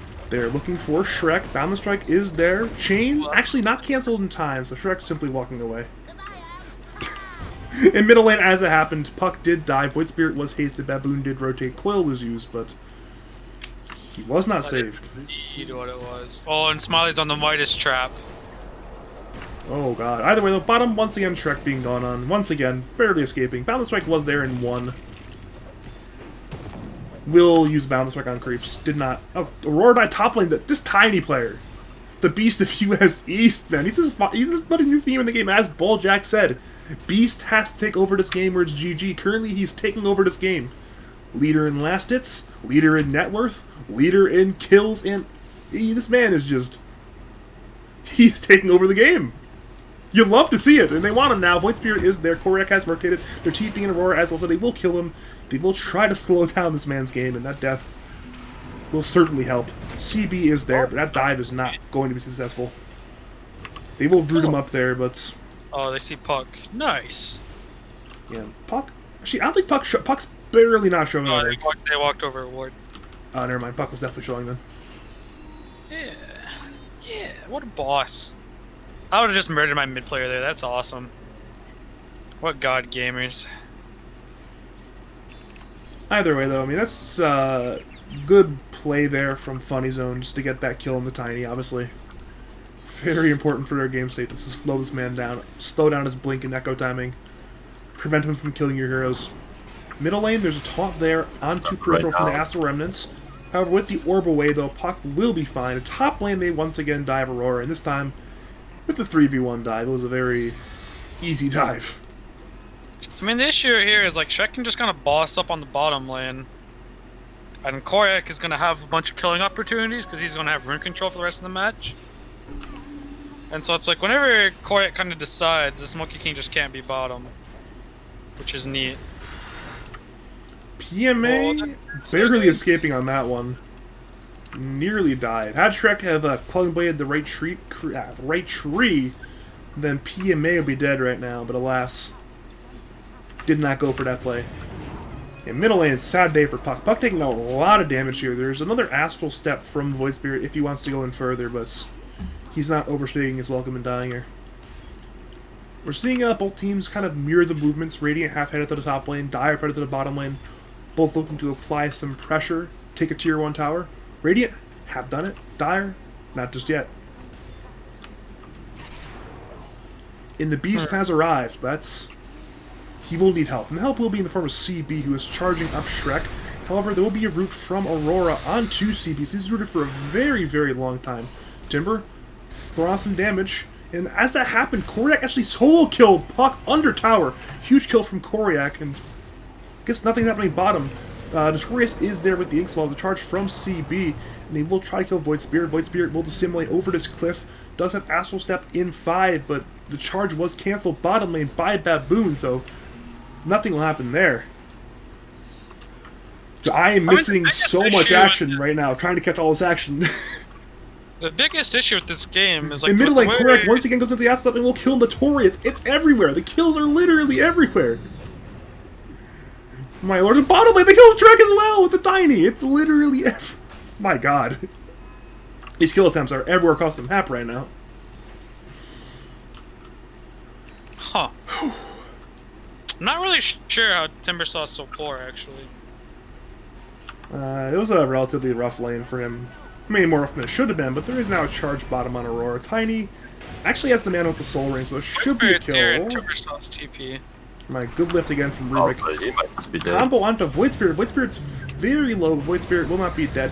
There's a Soul Bind onto 2 in the backlines, both with dire supports, but CB's already dead. Tiny is under Inkswell, but needs to simply run away and not die here. Has enough mana for the full combo, though, and as that happens, Smiley's being gone on in the Radiant Jungle. There's a hasted puck. Actually, the haste did end. Has silence. Reincarnate is popped in bottom lane. Beast did die to the combo of the die. The ring for Artorius. Back to top lane. Smiley. He's fighting. There's a root there on Puck. Puck will orb away. Back to bottom lane. Artorius goes down. Back to top lane again, and Puck is actually fine. It's a hard game to follow right now. It's a very hard game to follow. I feel like if Timbersaw wasn't just 3,000 net worth, and he was like 3,500 right now, that Dire would have like the whole game. Because like if he just had hood components and couldn't die to the Tiny, like imagine. Oh, he's that Tiny. The charge in from yeah, CB. like, They just need a little more damage. With the tree toss, it will be enough. Airstrike is not needed.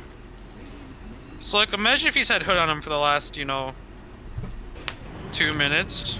Ooh, it's another dive there from Koryak, and with the help, actually, with help from the stolen Stroke of Fate from Baboon, they once again kill Puck under that tower. And there's a charge from CB, but it is cancelled. Not. Yeah, that's what I'm saying. I saw the kill attempt coming. I just didn't think it would be a kill. I saw it happen. I was like, I don't need to commentate this. Puck won't die here. Puck died there. Puck shit is miserable. Yeah, he's certainly. like 1 in 4, and it's not even his fault. He just, Ooh, I love to see this. This is something like we worked on a lot when we were playing together. Remnant? Like yeah, never mind. Nothing's happening here. And the rune is top. Sag. But he's really close to Orchid. Puck has to go like Yules, right? And that hero hates buying Yules. Especially when buying Blink before, Phoenix like... is close. I mean, this is... If you're doing first night of Yules as well, it's just so sad. Yeah, you just set up for the Void at that point. Well, you set up anyways with your phase shift, right? Yeah. But now Void's gonna have a really early Orchid. And we're just like, fuck. Yeah, I think this Tiny is gonna have to deal with the Void Spirit. He has the Blink coming out on Courier right now, and he should just actually be able to blow him up. He only has 1200 HP. Yeah, certainly an important kill if you can get it there. It's, the Kimiov's killing Smiley as well is important, but Smiley's going to farm regardless. Yeah, he's having kind of the time of his life. Smiley still isn't reincarnate. It's still on cooldown for another minute, so they can go again if they know the timing. There's a TP away from Smiley, but it's not in time. Charge is there from CB. In comes Aurora, but Radiant might have bitten off more than they can chew. They're simply retreating now. They have answers for this Void Spirit. It's just a matter of actually being able to get them off. Like, One King Alt can shred them. You can coil them. Not like that. Oh god. Middle lane, Coil is there on Void Spirit. Puck dropping low. Puck on the retreat. Puck actually dies there to the Oracle. Now looking for more. Remnant is there looking for Artorius on that Grimstroke. Inksville is pop. CB is charging. They're trying to kill Koryak. Tiny has arrived. Blink in with the combo. Down goes Grimstroke. Down goes Void Spirit though. Very good counter kill. And they want more. They had a slow purge there onto Aurora. Aurora's on the retreat. Baboon actually had the stolen toss there, so he tossed the Rubik away. And now Tiny once again trying to do damage, but there appears to be not enough follow-up to go for more. They might even just look for CB here. And it's another stolen toss from Baboon. They will once again kill CB, but Aurora finally pays for his playing Oracle. So there's a 2 for 3 so far. PMA has arrived. They look for Baboon. They do kill him with the peripheral silence, so it's a 3 for 3 overall. That's good toss steal by Baboon. I mean, that was a very important like Void Spirit kill, but like. All right, they're blinking out the Shrek. Can they kill him? They do immediately. Can they get more? He actually have a silence there on the Void Spear. He has some offensive items. Inkswell is there. They'll stun him. Can they get the kill finished? And they will get the kill. So a very important kill. 4-5 dudes. DC from Aurora. Pause is there. Oh my god, I thought that was a BM pause for a second. I was like, no, the tips are bad enough. Stop. We're only at a 6-0 balance right now. It's not as this time last game we were at 14-1. So we're a little humbled down as far as tips go. This game is actually crazy. I thought game 1 was crazy. This game is even more chaotic though. It's just constant heroes dying. We're a little under 2 kills a minute. It's one of those things like, alright, I'm sure I can catch all these kills, right? The answer is absolutely not. Like, I'm trying to catch kills, and you're trying to catch kills, I'm missing other kills. This Void Spirit was feeling super strong, and he was super close to this Orchid, and now he's just died twice in a row. Yeah, it's a situation where he's going to have it soon, but the problem is, if he has it this late, it loses a lot of its effectiveness. Oh, Narpause. Classic Connecticut internet for the boys in Connecticut. Artorius, you have 450 ping. Yeah, I think it's a server thing. It's just you and Koryak. Or you and Aurora, sorry. Koryak is also high ping, actually. Oh god, he's got Comcast. No, Comcast. I mean, there's... Connecticut internet is bad, but Comcast is bad. You're probably best off with like Optimum around here, not Comcast or your God Frontier. Frontier is awful. Dude, I've never had an issue with Comcast. I have no fucking clue what anybody's talking about with that.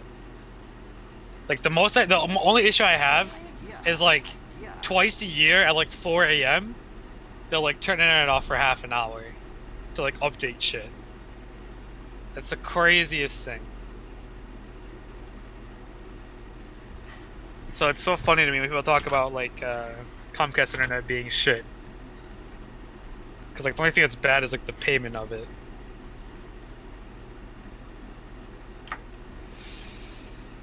What do you guys have internet-wise in Canada? Aren't you super monopolized? Bell and Rogers. Yeah. There's like Bell, Rogers, Cochigo. That's all I can think of off the top of my head. What do you guys have? Or what do you have? I have Cochigo. It's pretty good. Bell is god awful in my I know Bell area. is. Yeah. I have no idea how Rogers is, and there's a few other smaller companies, but I don't really know who they are or how they are. We're back in the action. We are back to our regularly scheduled agriculture. Smiley is at the ancient camp, is approaching the relic, so he'll have it relatively soon. As a result of the Radiance relatively soon, but the one man higher net worth, it is the Beast himself, the Beast of US East, has that Blink Dagger, getting close to that Echo Saber, so he's pretty close to fully being online. Where's Tiny? What's he doing? He's top. Yeah, he's just chilling top lane. Dire respecting the Tiny. Shrek is looking for Artorius. He is now silenced by the Grimstroke, but it's time for Radiant to run before Dire arrives. They will steal, I believe. Okay, they stole the Inkswell once again, so that's a nice spell for Baboon. Silence because of your child. I fucking love that thing, dude. It's so funny when they can't hit shit. Oh god, it's another DC from... How it's Shrek? She DC'd earlier. He DC'd during the first pause, and well, we're now seeing a different DC from Shrek to Green Knights, so that's happening. My ping's okay now. Smile. Thank God. We're all good. Yo, Monkey King and the Wraith King has to be pretty one-sided, right? If the game's equal for him. I think it all depends on whether Wukong's just down or not. Yeah. Like, if the Wraith King dies and he hasn't put down Wukong's and he jumps in and puts down a Wukong's, the Wraith King's second life is just forfeit. But I think if the Wraith King gets the initial jump, it's pretty hard for the Monkey King. I feel like you can't be super happy because, like, your Void Spirit has kind of lost all his momentum. He went from, like, you know, 1 on net worth to 4 really fast. Yeah, he did pick up this Orchid, but it feels like he's a little bit scared to fight into this Tiny, so he hasn't actually used it yet. Yeah, this Timber Saw not being able to, like, ego check the Tiny really sucks. You can't, just, like, trace him on the map. Typically, you want your Spirit Brothers to just constantly be running at the enemy, and if they get killed once or twice, the players who play them typically tend to play a little bit more passively, and that's not what you need from those heroes. Back to Dota 2. After pause number 2, we're back to Dota number 2. So that's hopefully the last pause of the game. Yo, Badge, you an idiot, or is this just an act? That's the 3rd pause. Is it third pause? I don't know. No one's math has been hit today. Apparently I cannot count to 3, so, you know, it's just, apparently you cannot divide by 5, and I can't count to 3, so this is bad luck for the commentators. Dude, mine was multiplying by 60. That's a little harder than counting to 3. I've just done the correct thing and stayed out of the math.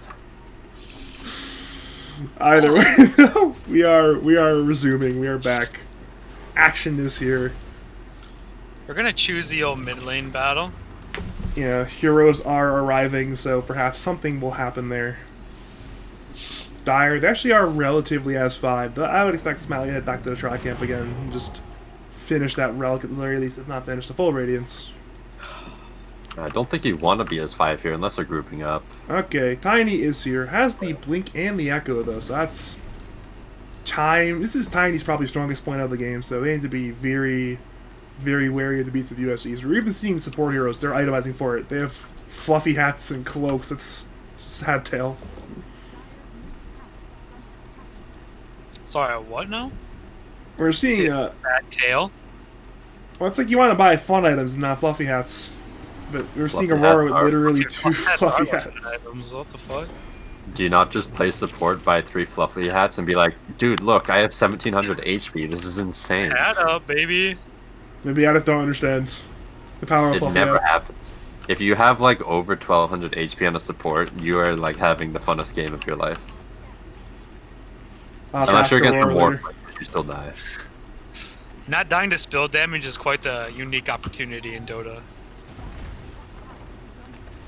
Either way, though, both teams are going for towers. Radiant will go for the top tier 2, Dire will go for the Radiant tier 1 middle, so both towers should fall. So this is the point of the game where Radiant threw last time. They tried to defend this tower. Yeah, this time they keep it alive for now, but we gotta wait 2 more minutes. It's the 21-minute tower defense. True. Where the monkey's gonna TP, or he's gonna be like sitting on a tree in the middle lane and get caught. You know, that's how this is gonna happen. Or their smoke's gonna break and it's gonna be the puck who gets jumped on first. Alright, in comes Koryak. Inkspell was stolen. It is still there. They will find CB, so that is 1 kill. But in comes the Tiny. In comes Mr. Beast of US. He's looking for 2. Soulbind is there.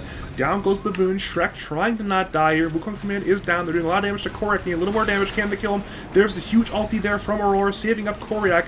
With the false challenge, he should be alive on Void Spirit. The problem is Aurora probably not alive. Meanwhile, Smiley fighting Artorius. Artorius goes down there on that Grimstroke, and Smiley's simply going to try to run away with that finished Radiant. So it is a 3 for 2 in favor of 5 dudes picking up the Shrek in what is otherwise a support trade. I'm actually surprised that went so poorly, because the Tiny toss combo went into the hood active.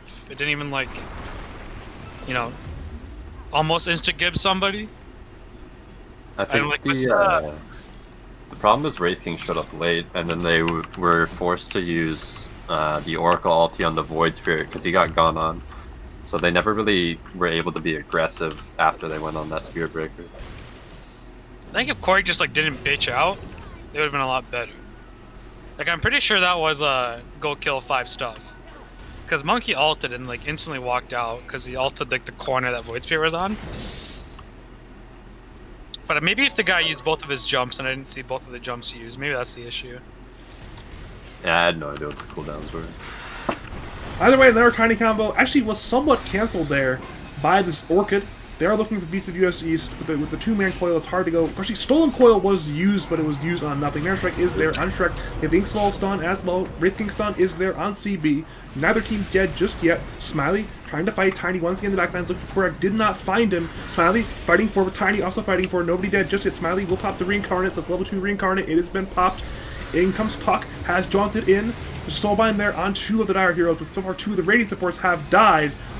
In comes Tiny once again. This time finally comes correct. They once again stunned Beast of East. It's a 3-for-1 so far in favor of the Funny Zone. Overall, disastrous fight for the 5 dudes. Dude, as a single fucking hero gonna land a coil this game? We're over 4 so far. At least Puck's hit on 1 hero, but Rubik's hit on no heroes. When has Rubik got a hero? Or when has Puck got a hero? Didn't he get 1 in the last fight? No, he missed. Yeah. Did Puck He also got miss Timber that? Soft, but it wasn't really noticeable. I was gonna say, he hit at least Shrek okay. there. I knew he was We just got Shrek. one. Well, Shrek isn't really a person when you think about it. He studies art, for fuck's sake. I thought you were going to say he's an ogre. Work at fucking Wendy's or something? Leave Shrek alone. Leave Shrek alone. What do you do as an art major, man? He makes the man art, that suffers man. enough. He lost 1,500 MMR in 2 days. Okay, we need to... okay, we need to leave Shrek alone. Until you really, lose, 1,000 MMR in a week, you haven't lived. I touched 6k, dude, and just, rage quit. I had to stay up a whole night for, a job interview, or not a job interview, some bullshit. And I just played the whole night, and I lost, 450 MMR in a night. Then I did it again the next day. I feel like if you don't lose 1,000 MMR, you haven't truly fucking lived. You figure at some point you just stop playing ranked after you lose 8 MMR, that's what you think. But you keep thinking you're not the problem. I know CB is also in this gang. Okay, middle lane, we are seeing a fight. PMA and Peripheral are looking for Wraith King. The Reincarnate actually is not available, but there is a false promise there from Aurora. We'll buy enough time for Smiley to be able to use the Reincarnate. Tiny combo was there on Oracle. Oracle's now dead. Reincarnate will finally be popped there. PMA is fairly low. There's an Orchid from Koryak on the CB. And now PMA trying to be on the retreat. He will successfully retreat with the Soulbind there on 2 Dire Heroes. Radiant will look for more. Tiny combo is there. Down goes the Rubik. Artorius fighting up with Shrek. Wraith King stun is there on 2 Beast of US East. Artorius is dead. Baboon has bought back. He is once again in this fight, but Tiny goes down. Now looking for Puck. Puck jaunted up, so they will find him and hit the lift from Rubik. Triple kill for Shrek and nearly a 5-man wipe from Funny Zone, only keeping their Monkey King barely alive thanks to that Mischief blocking a little bit of damage, I believe. But overall, an absolutely disastrous fight. It was the 22-minute fight in the mid lane that lost, not the 21-minute. So we learned. At the very least, it wasn't for their mid T1 tower this time, but it was improvement. It was where their enemy tier 1 died, so I guess it was technically in that same spot still. Exactly, we're improving. You know what I mean? Next game, or next time they play, it'll be 23 minutes. What a truly what bosses, man. Either way, though, we're seeing a Radiant. They are once again respawning. They will have 5. They are TPing into this tier 1 tower, so they're looking for something. Is under a ward though, so both will be seen. Artorius is smoked, but that's a solo smoke. Possibly let's get some wards up. You will get a deep ward there. Radiant, now in the Roshan pit. Dire are aware. Shrek missed the chain there. There's now a root there on CB, and down goes CB. I mean, was that a calculated chain miss from Shrek? Holy shit. Shrek would have been a JFK type of situation where he wouldn't even know he was dead by the time he died. So, holy shit. I mean, they expected Shrek to hit his chain, and he just didn't. Either way. No, this guy bought a Witchblade again! What a bot. Alright, Silence is there on Tiny. In comes the Symbol, in comes the Remnant, in comes the Wraith King stun. Tiny dropping low. Tiny going to go down. gets no kills in the exchange. Shrek was distracting the rest of the Radiant team, and now Funny Zone. They appear to have all of the momentum right now. This guy just goes fucking Witchblade again. Yeah, maybe he likes Witchblade. I don't know. I mean, it worked so well last time. You gotta try it again.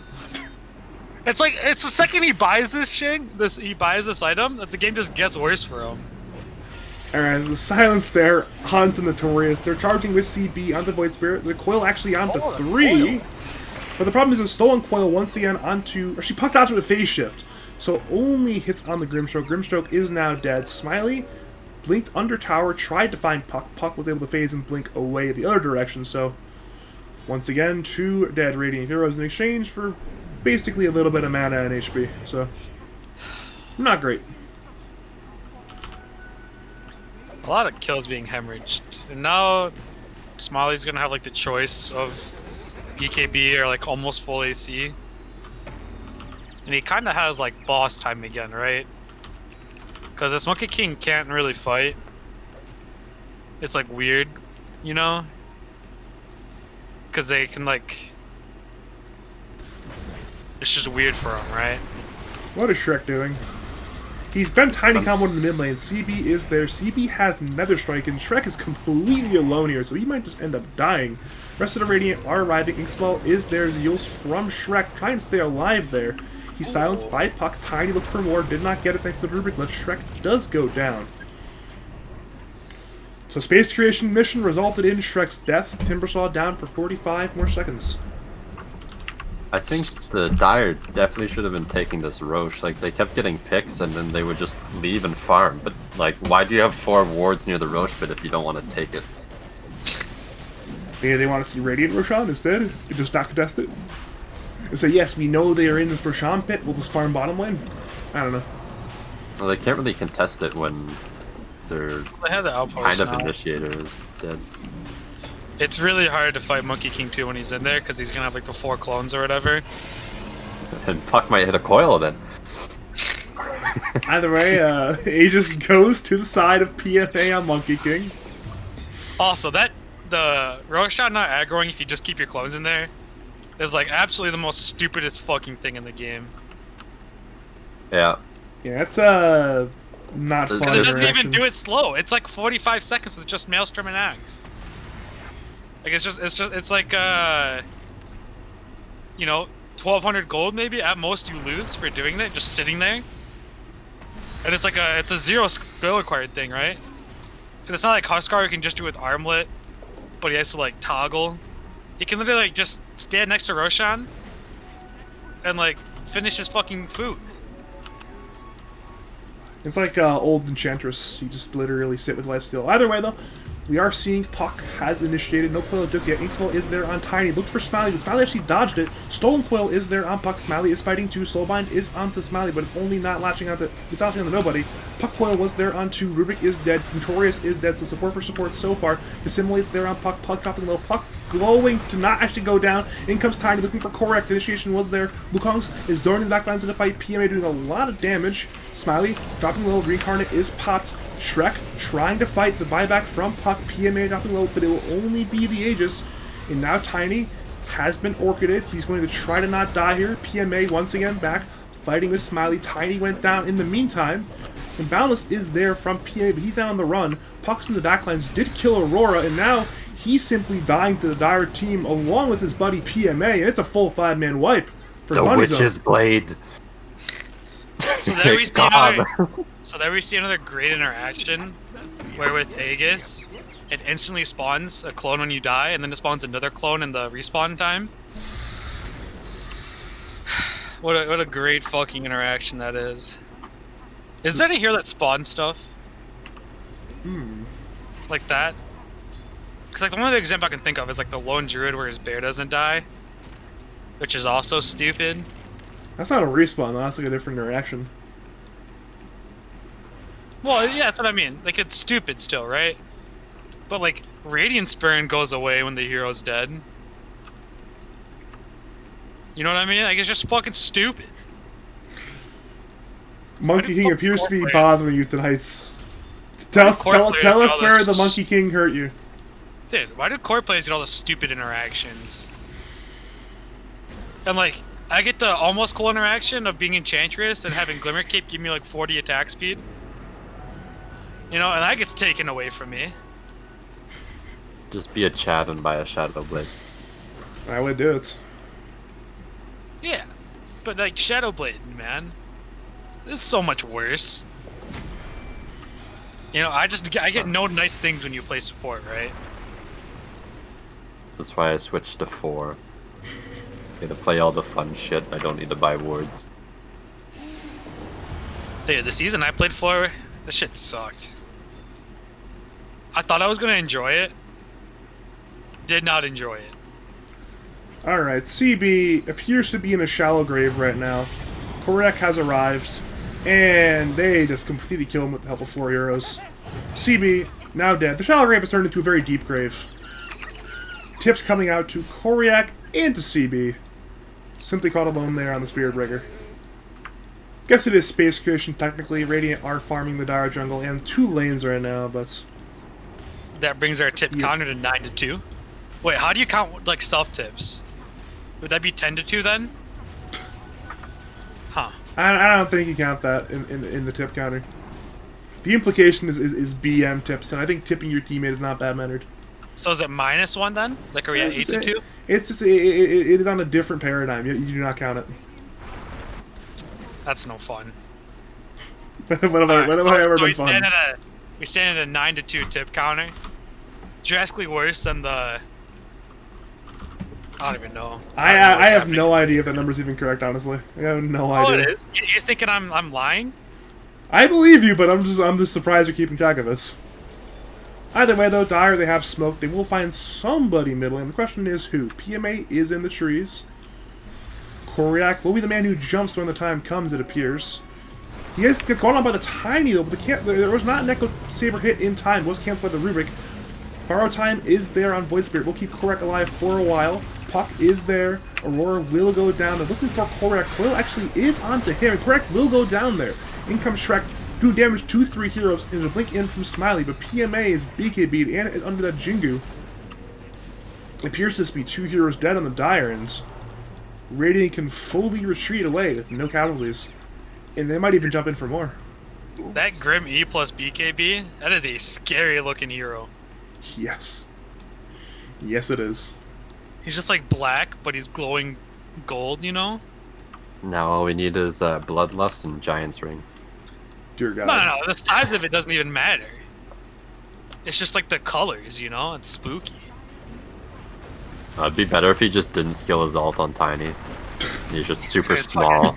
Little baby. I'm not sure if that worked this game. I think they need Wasn't that a thing at a time because it everything. like took away from your nukes? Or what was that about? It reduced your attack speed, but you still win it usually. Okay. You didn't skill it until like level 9 usually. Oh no, it does. Didn't it used to like take away your nuke damage or some shit? Maybe a long time ago, but I don't recall that. I've been around for a while. Yeah, Badger's been here since When was since the dawn of time. when was the Trojan War? That was 220 BC, right? Been around that long. Nice. Had him before that. Had him way before that. What am I saying? Badger's seen seen players rise to power, hit their peak, and then become washed. Yep. Nice. And he still thinks they're good. It's not. I need you and Snow to leave Mushi alone. Kids these days not respecting the greatness of Mushi. Just don't understand. You saying Mushi like the? Yeah, I know he's not good. I know he's not good anymore. But back in the day, did he used to have it like that? Have that thing on him? He was arguably the best player in the world for a while. He was fantastic. In the mid lane, Man was PMA being caught. fantastic. PMA is fine. Holy PMA is. shit. This carry player hasn't died 4 times randomly yet. No wonder this game is close. He's only died 1 time randomly this game, so that's pretty good. It wasn't even randomly, he just died last in a fight. Either way, though, towers are dying. Radiant grab both the tower's bottom. Dire will grab Radiant's tower's top, so.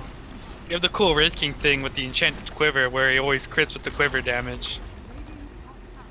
It's a nice, fun, balanced interaction. Very sick. By the way, Dire do smoke there. Might try to find CB. So blink in from Smiley. No stun in time though. So You know, I don't think I've ever seen a Spirit Breaker by a Xeriscape. I was like, wait, is Grim around? Wait, Man's Grim ready. has a veil. What a boss. Artorius though, he is a little bit caught alone. Yeah, actually, by a little bit I mean a lot. He's just now dead, destroyed by the damage of the Dire. Smiley. Boss. I mean, Smiley could have solo killed him, and there was 3 other Dire heroes in the area, so he was certainly dead there. Either way, though, Radiance are saying, you know what, you can kill our supports. We're going to continue to farm our heroes, especially PMA, who's struggling but somewhat keeping up with this Wraith King. That's a hard hero to keep up with, though. I mean, Wraith King, Skeletons, Radiance, Midas. Once he gets the broken blink, that may be game time, right? Yeah, I mean, Like, he you could just buy it gotta- right now if he wants. I think. You need buyback. Because Monkey King kind no. of just take the base. I mean, he could buy it right now if he wants, right? If he's not, he's very, very close. Okay, never mind. He's literally 200 gold away right now, so he's not there just yet, but he's very, very close.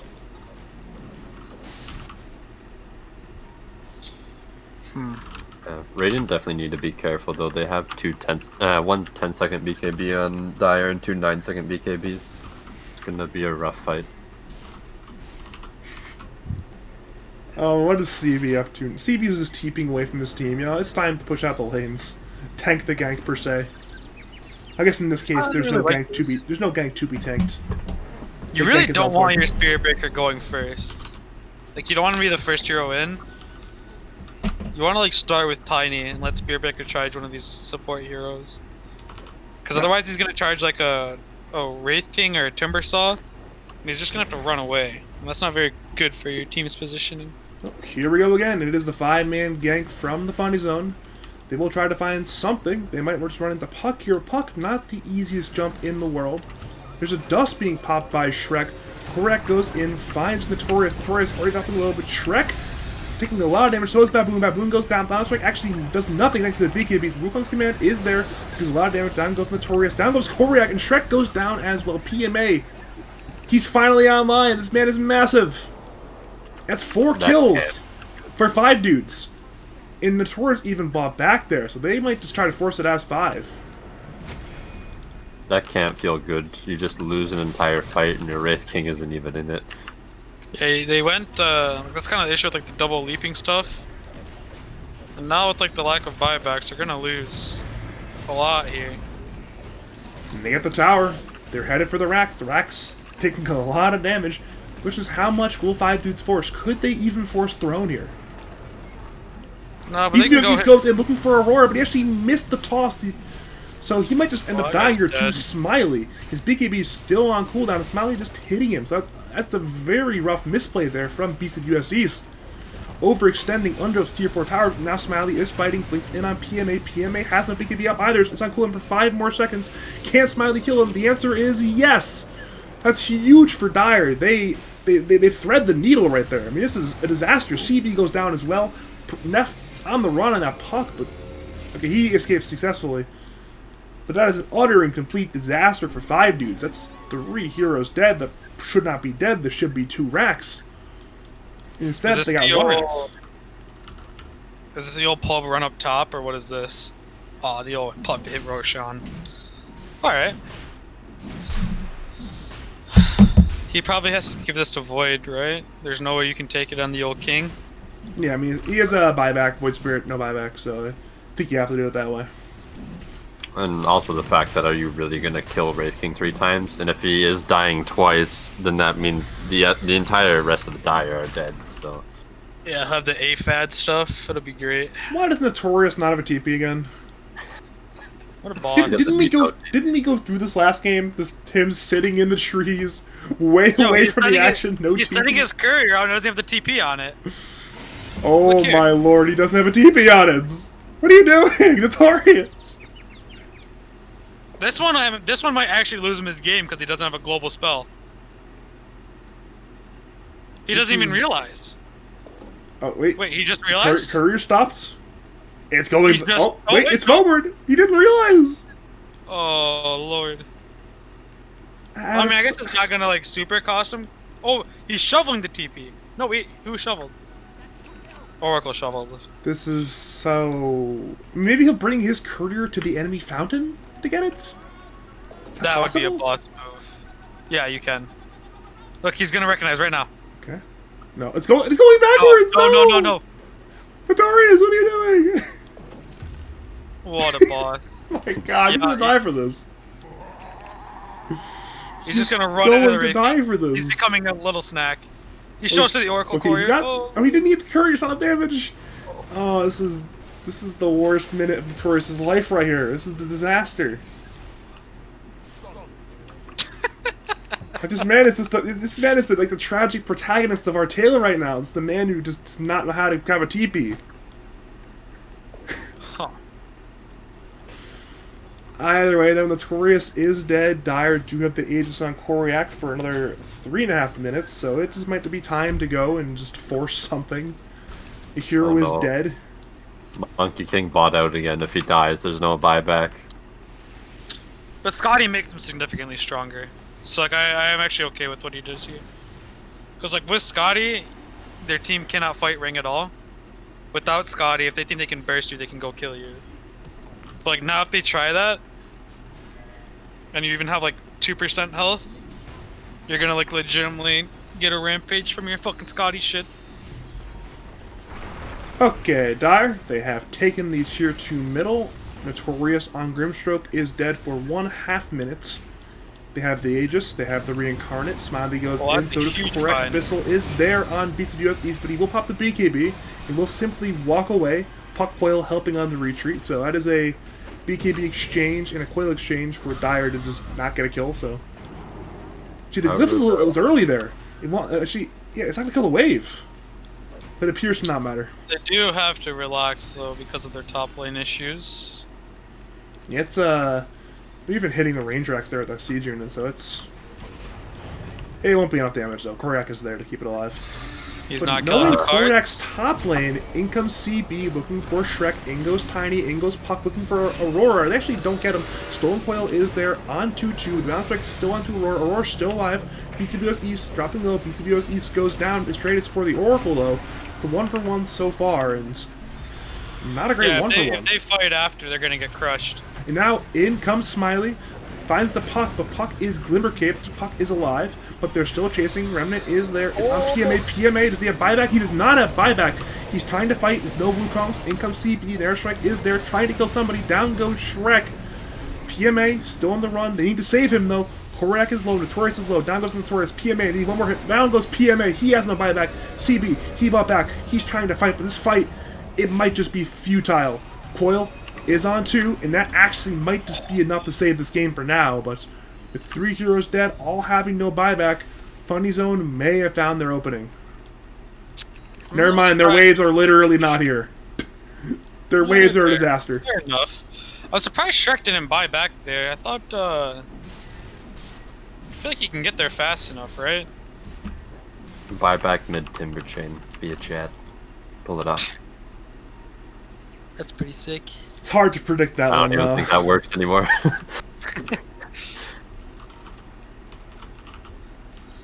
Oh man. That was a rough jump there for 5 dudes. They tried to find Aurora. They committed 3 heroes to jumping him, and then just didn't kill him for like 10 seconds. Yeah, and Aurora got stuck. He decided not to break Coil. Even with his W thing, and if he would have broke Coil, it would have been out of Monkey ulti. Like, at least would have given himself a chance to live. Like, they'd have to keep coming forward. But, Well, if he broke Coil, it still would have done damage because of tag. So. He did his job. That man did his job in that fight, I'm sure. He took and tanked all the damage he needed to for his team. Either way, though, Funny Zone did not capitalize on the buybacks were down, but they will now find Artorius, who's very out of position. Tiny tries to find a counter kill, but he's abyssaled by Smiley. Remnant is there, did hit on CB. CB. I mean, this double damage. Jesus. that thing fucking died. Holy shit. I mean, he nearly got one-shot. Very, very close to being one-shot by Wraith King. And the follow-up hit, obviously, didn't take too long given the attack speed.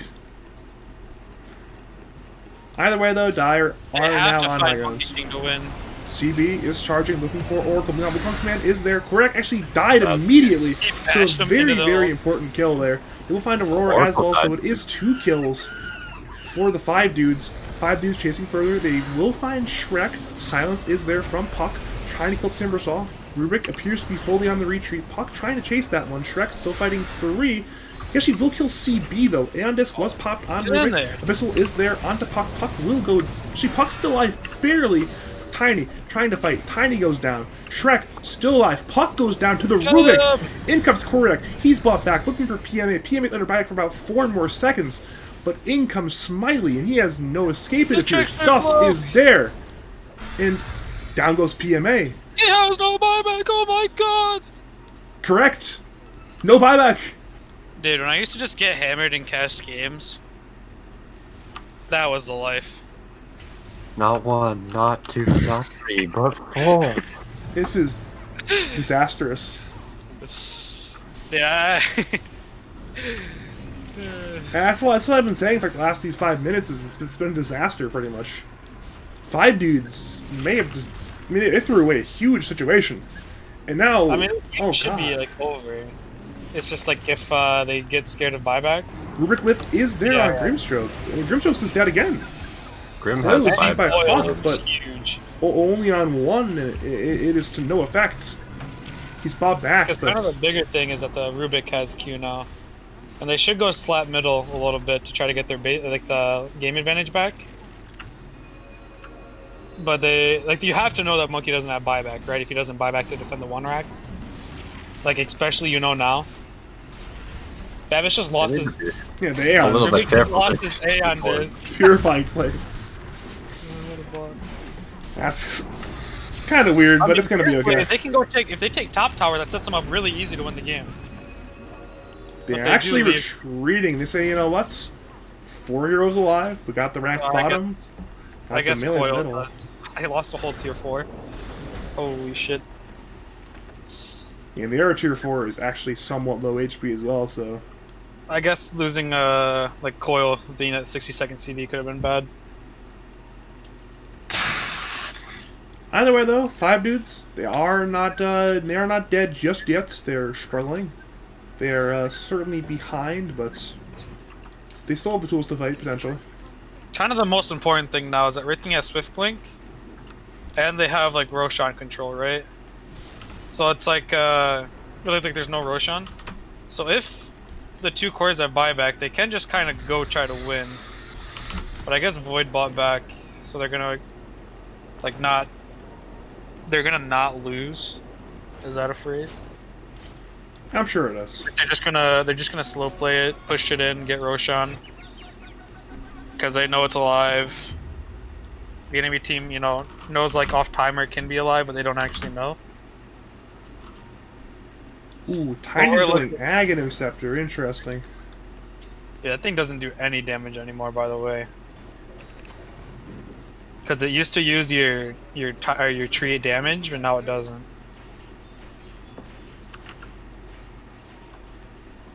It just has bonus damage. That's not very fun. But it used to do tree throw damage. But then if you like had crit with it, you'd like legitimately crit like 4k damage. Oh, the courier died too, so you won't even have the Aghanims. So they're gonna go before Homeboy has buyback. But they should know he has buyback. But like, you still try to kill him, right? Right? Oh, yeah? You definitely try it, for sure. At this point, they're playing. Funny Zone are playing very cautiously. They're saying, you know what, we have the map control, we have farm advantage. I guess you can just wait for Roche. It's Roche time. There'll be a actually, mind. Shrek is not being gone on. Simply throwing out the chakram, and now Smiley's in the Roshan pits. They're deep in their base. I like what they're doing, but I don't like the heroes they're doing it with. Like, the Oracle needs to go sit with his Wraith King. And then come up to a fight if Timbersaw gets gone on. But it's really important they don't let Monkey King ult through the Roshan pit. I'm not sure how much Radiant now. They're boxing them in. Radiant are playing very shallow still. They're not even approaching the Roshan pit just yet. Yeah, CB scouted at the courier, but at least he tried to, but was not enough. This for Sean, it's going to go the way of the Dire. Aegis will once again go to Korak, I'm assuming. Yeah, the Aegis will go to Korak. I could take it, but it's okay either way. They'll put the Shard on Smiley instead.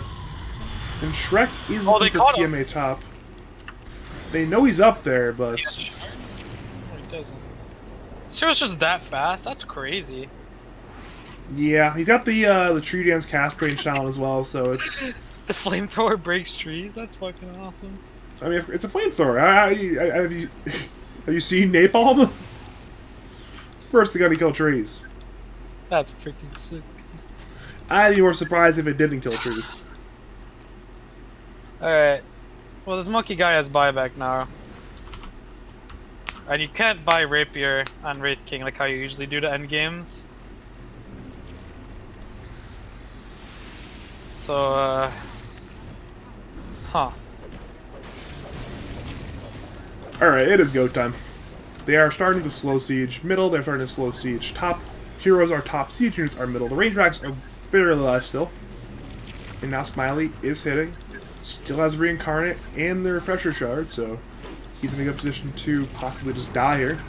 Tiny tosses him back actually into PMA, but there's no pop of the Reincarnates. And now, in the back, Tiny tried to get something done there in the area, but it was not enough. He died for his play. And now, they're going on the Taurus. The Taurus will die there as well. Another hero's buyback. Wukong's command is there, and they need a massive Wukong's command. They need to kill this Wraith King. They need to kill something of value. Coil is there on Wraith King. Is it Magnum's Coil, though? It is. They're trying to kill Smiley. Smiley actually popped the leash there. Down goes Smiley. That is both lives dead.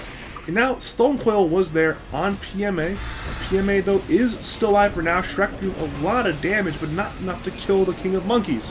And now Shrek, he's charged by CB. Baboon needs a stolen silence.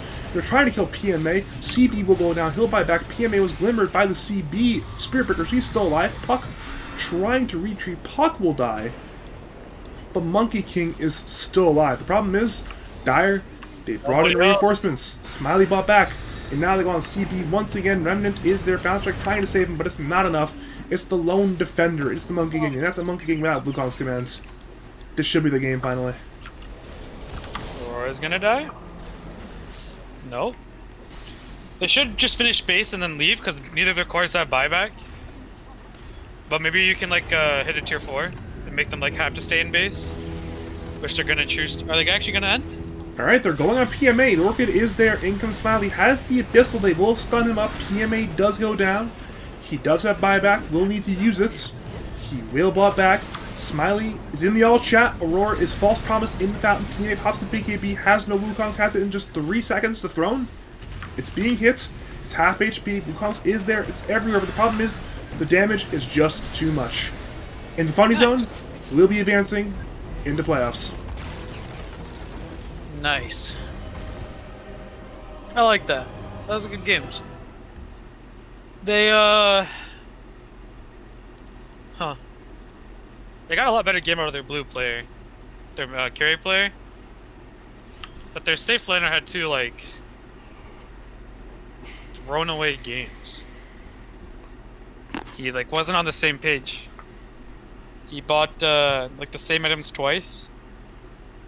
Like, one game he bought Witchblade, BKB, and then Aeon Disc.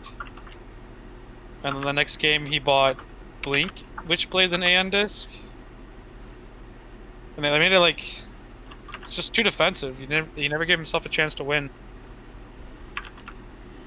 It's a rough game. Like, I feel like both those games are winnable for 5 dudes. They didn't execute as a team there. I mean, Artorius, what was your overall thoughts on what went so wrong there for 5 dudes? I just think they had 4 heroes that can't deal with Wraith King, and the only one who can needed to help with the other heroes. So they ended up just with a Wraith King that isn't really going to be targeted at all during the fight, let alone be killable. And he's going to be standing on the front line, so you have to engage into him. Shrek had 16 kills on the Timber Saw. I feel like that was the first year, like a 4 and 12 Timber that got carried to the finish line. Yo, Oh, boy. tip counter at the end of the day. We got a 42, or sorry, a 32 to 14. Jesus. All chat messages are highly favored to one team, particularly one person. I wonder if is it a man who's possibly smiling? It might be that man. It might be that man. Alright, end this fucking stream so I can play Artorius, please. Either way, though, either of you have any final thoughts on the series, possibly any advice for Five Dudes, as Five Dudes now need to win their next series. If they do not win their next series up against Marty Shank Slayers, they will be out of lads. They got 2-0'd by them in the beginning of this, or like during the matchup too. Ruh-roh. Alright, so I guess that'll be the end of the series. There is still some back and forth from the two teams, but mostly appears to be fine at this point. Either way, we thank you both for joining me for this technical 2-1 victory for Funny Zone over the Five Average Dudes. We'll start with Artorius. Do you have any final words, shoutouts, call-outs to say to the people of League of Lads and twitch.tv/BadgerPablo? Can we do it at the same time, Artorius, or our final thoughts are the same? Are Like, they? can we? Yeah, like we can count it down. All right. Mine is 2 words. Is yours also 2 words? One of them is a No, not a God-loving word. Mine's a saying. We'll start with Mine is also a saying. God damn. We'll start with Xeriscape. Well, I don't want to be that. I was gonna say Dota's a game of inches, and it appears Five Average Dudes did not have more inches. Oh my lord. Xeriscape, what did you want to say to the people, sir? Well, now I don't want to be a jerk. Feel free to be a jerk. Oh, I thought Artorius was gonna do it with me. We had. Oh. I don't know what you're gonna say. Do you want to do it with me, Badger? Are we flaming Mike? Yeah. Okay, I'll do it with you. All right, 3, 2, 1. Fuck MX MX Squire. Yeah. I feel bad for the man. Either way, thank you for tuning in for the stream tonight. I'll be back for some more League of Lads action at some point. And hey, if you want to catch me for your tournament or for your games, contact me to cast your games. I am contactable at Discord, Badger number 5713. Best place to reach me. Either way, though, hope you enjoyed, and have a great night.